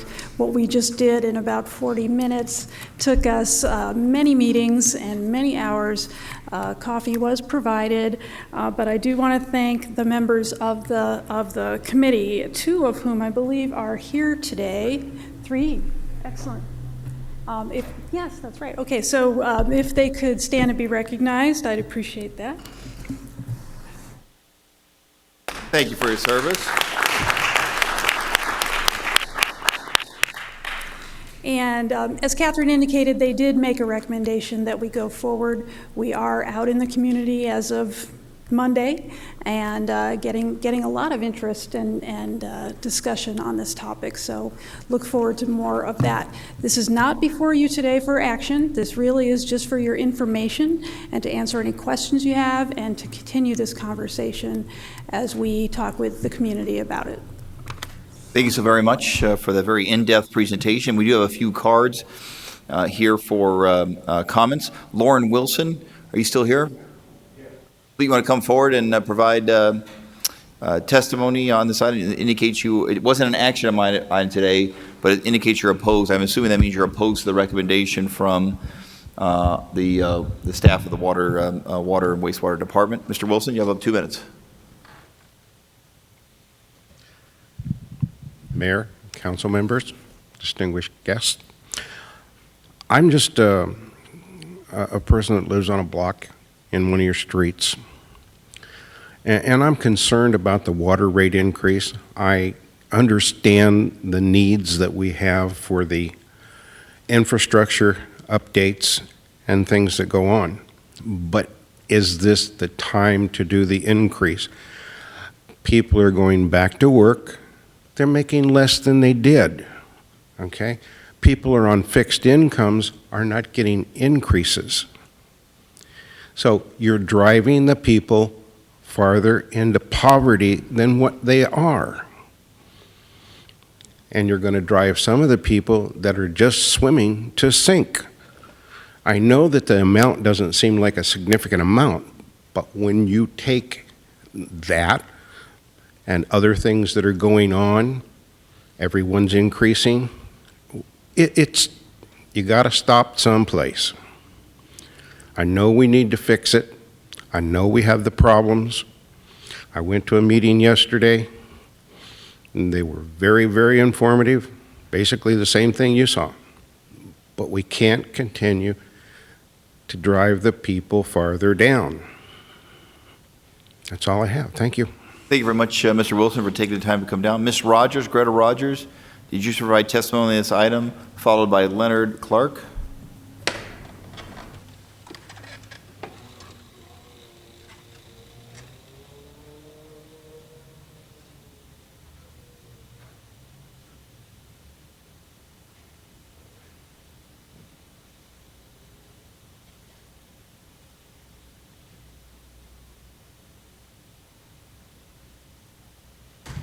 Mayor and council and people in attendance, my name is Greta Rogers.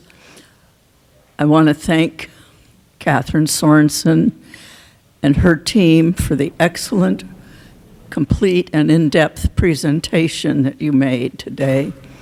I couldn't read all the fine numbers below the graphs, but that's immaterial. I understand the basic of what you have presented. I agree with it.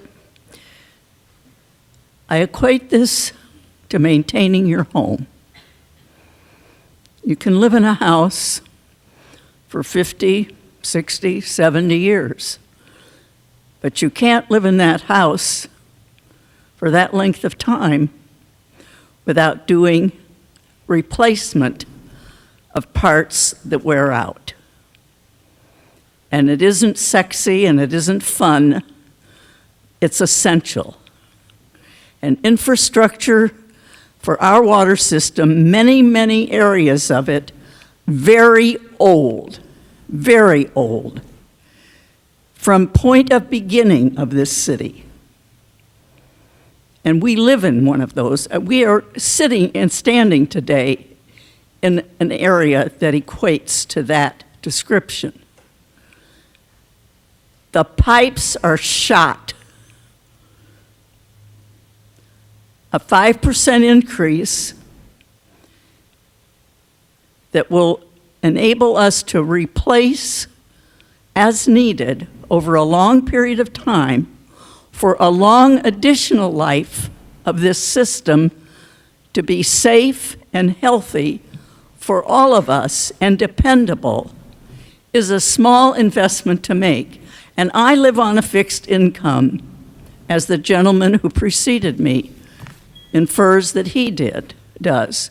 I respect that, but you don't get a free ride, and this is not a grandiose proposition. It's essential.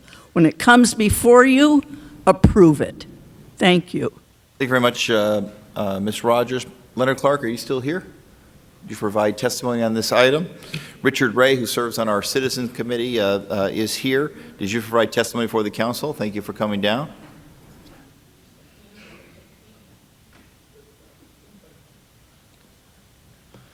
This process actually began nearly 4 or 5 years ago for me. And right now, if we just had a slide that would show somebody kicking a can down the road, it might be the equivalent to if we do not do what's needed to be done.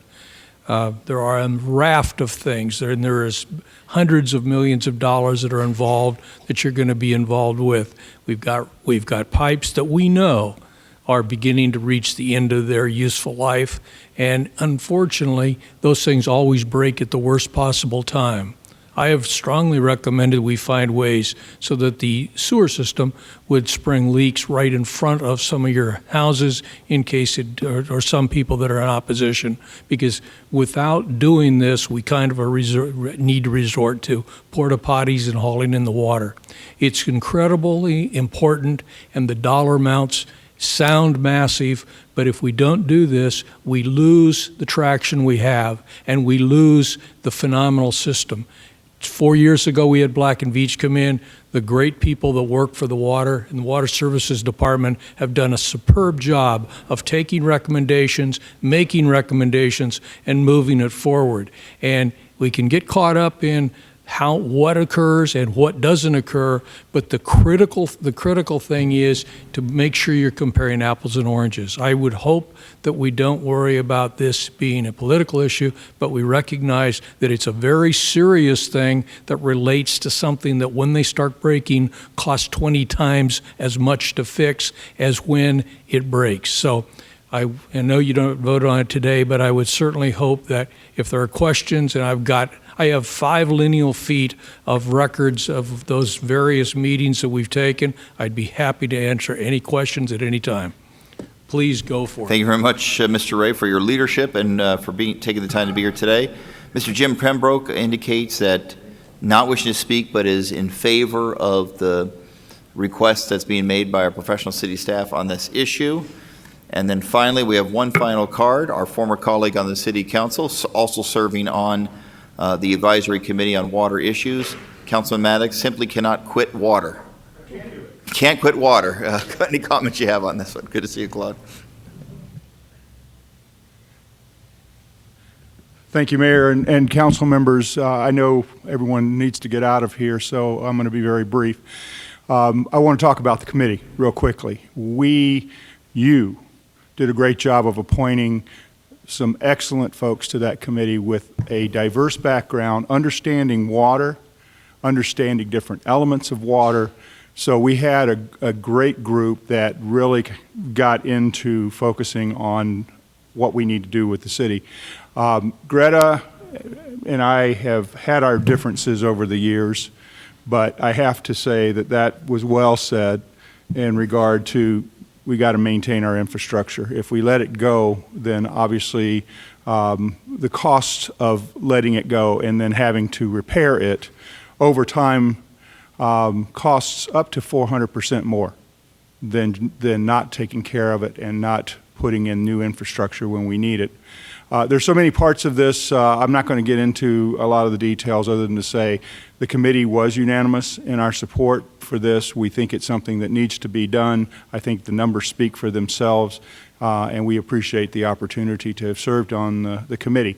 And I'm here to answer any questions if you have questions. Thank you very much, Councilman Maddox. Any questions for the councilman? All right, thanks for coming down. Thanks for your continued leadership.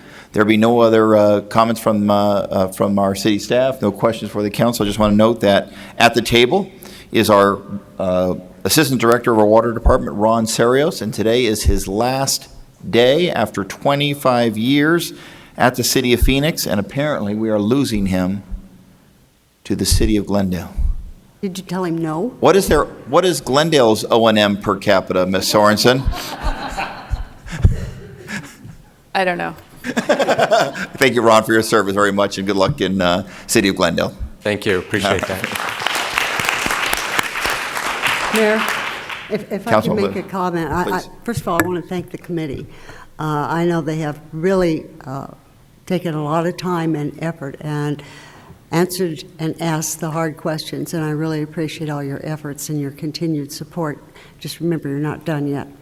I also want to thank Catherine and her staff. This council made a decision not that many years ago that we would take down the reserve in lieu of raising rates. And I just want the council to understand the consequences have come due. It is time to pay the piper. When we made that decision, we knew that at some point we had to build that reserve back up, because not only would the system need it, but the infrastructure needs were going to be so great that that reserve had to go back where it was to be able to cover the costs and maintain our bond rating for the amount of pipe that you need to lay. And not only is it just the water, it's the sewer as well. I hope the council remembers this, because it is always politically painful to raise water rates, but it also, one of the most important things the city does is deliver safe water and take care of the sewer needs. And I think it is extremely important that we recognize the age, the need, and the cost going forward, because as I said, if we don't do it now, we will greatly pay much more in the future. So it is more economical to address this today than to let this linger. But I want to thank you, because you have really went in depth in your presentation and all the research that you have done. It's gone through the subcommittee a couple times, and the subcommittee's asked some pretty tough questions, and you have responded with professionalism and great detail. And I just want you to know it's greatly appreciated. You're doing a great service for the citizens of this community, and our future rests with the job you do, and you do it so well. So thank you. Thank you very much, Councilwoman. Councilman Gates, you had a comment?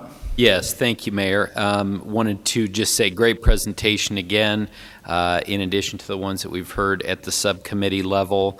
I had the opportunity to attend the Water Scare, What's Real presentation last week that was put on by the Arizona Republic, and the primer on Arizona water issues was put on by our own Catherine Sorensen. And Catherine, you did a great job. And that was really a neat presentation, because there were a lot of people who are not in the water community. These were just residents who came out wanting to learn more about water. So I don't know if that was taped or not, but if it was, I would encourage people to watch that. Just a couple clarification things. When the council is going to be asked to vote on the notice of intent to raise rates, is it 60 days between that and when the vote has to be taken of the? Mayor, council member, so as I understand it, and Denise will correct me if I'm wrong, there's a requirement for 60 days on the internet, and then the legal requirement per state law is 30 days before you can take action. So there's a 60-day requirement and a 30-day requirement. We've already done the posting on the internet. Okay, I because see. that does not take council approval. Okay. Right, but then on December 2nd, that does take council approval. Thank you for that clarification. Do we know the 3% increase that's being requested, do we know how much money that will generate, or how much do you estimate that will generate? I'm sorry, we do. Let me pull up the financial plan. Oh, sorry, go ahead. Yes, that'll generate about $11.6 million for the water system. And that is on an annual basis, or is that just for the remainder of the 2016 calendar So that is year? on an annual basis. Okay. And thank you, Mr. Ray, for raising the Black and Veatch report. Just, question on that. Have we gone through and have we implemented every single efficiency that we can? Are there others that we're looking at on that particular efficiency report from a few years ago? Mayor, council member, so I will answer broadly, and then I'm actually going to let Ron and Troy answer more specifically because they were here for most of that. But so, yeah, we've picked the low-hanging fruit. Most of the large things that were discussed in that report are done, accomplished, check. And we continue to search for those efficiencies as well because our duty never ends in that regard. But I will let both Ron and Troy answer that with more details, and they can talk a little bit more about what we've done. Mayor, Councilman Gates, we did go through that efficiency study with great detail. And in fact, we have like 2 3-ring binders that address every single issue. So what we found is that we did implement several things that did end up saving us money that have continued today. And then we also found that some of the recommendations wouldn't really pan out once you flushed them out. So there were some things that were not done because it didn't really make sense to do that. And we documented why that was the case. The other piece is, Mr. Mayor and Councilman Gates, is, as we've talked, the staff is really focused on electrical savings, chemical savings, and all the operating costs, all the stuff that's under our control, even that we've gone beyond what the Black and Veatch report has gone. And staff has kind of embraced this optimization culture that we have to ensure that the operating costs in which we're providing are at the lowest that we have. Great. Thank you, Mayor. Thank you, Councilman Gates. Councilman Gallego? Thank you very much. I think we also owe a thank you to Councilwoman Williams and Councilman Maddox for their leadership on AMWA and making sure we have affordable water supplies coming in our way, as well as the many other works that you do with AMWA. So thank you for your leadership in that area. And thank you to the committee as well for your work and our water department staff on this. At subcommittee, I didn't even realize that Ron would be retiring, but we did talk about that wastewater is one of our many business units where we have a lot of workforce challenges. I hope you don't take them all with you. But I hope as we move forward on this that we can look at whether there are not solutions that might bring in a few $1 million to our city for workforce development, so reducing a little bit the impact on the ratepayers while also positioning us to move forward and develop the workforce of the future. And Catherine already provided some great information to our office, so it seems like there is some promise in that area. That is one of the areas that worries me, as well as making sure we are able to withstand any cyber attacks on our infrastructure, and we are doing great work in that area as well, so thank you for addressing that. One new one that we did get a constituent call about was a Spanish language bill, and so I would love it if you could look into the cost of making our water bills available in Spanish and let the council know if that is an option moving forward. The constituent who called really felt that it would help Spanish language residents of Phoenix understand their water bill and better manage their water supply if they had a bill in Spanish. Mayor, Councilwoman, so actually, as we've discussed at the Transportation and Infrastructure Subcommittee, we are in the process of upgrading our utility billing system, and we have high expectations that it will enhance self-service, that it will open up a whole broad range of opportunities for us. We'll look into specifically Spanish language bills and what it takes to implement that, but yeah, we'd be happy to come back with that kind of information. But upgrading the system, I think, will open up several possibilities. Wonderful. I know there's been many challenges you've been ready to address, and technology, I think, can really help our consumers in this area. Thank you very much. Thank you very much. No other comments by the City Council. Excellent presentation. We look forward to hearing from you again after you've gone through the entire public process. But thank you for your outstanding presentation. Ron, best of luck in the City of Glendale. This meeting is adjourned.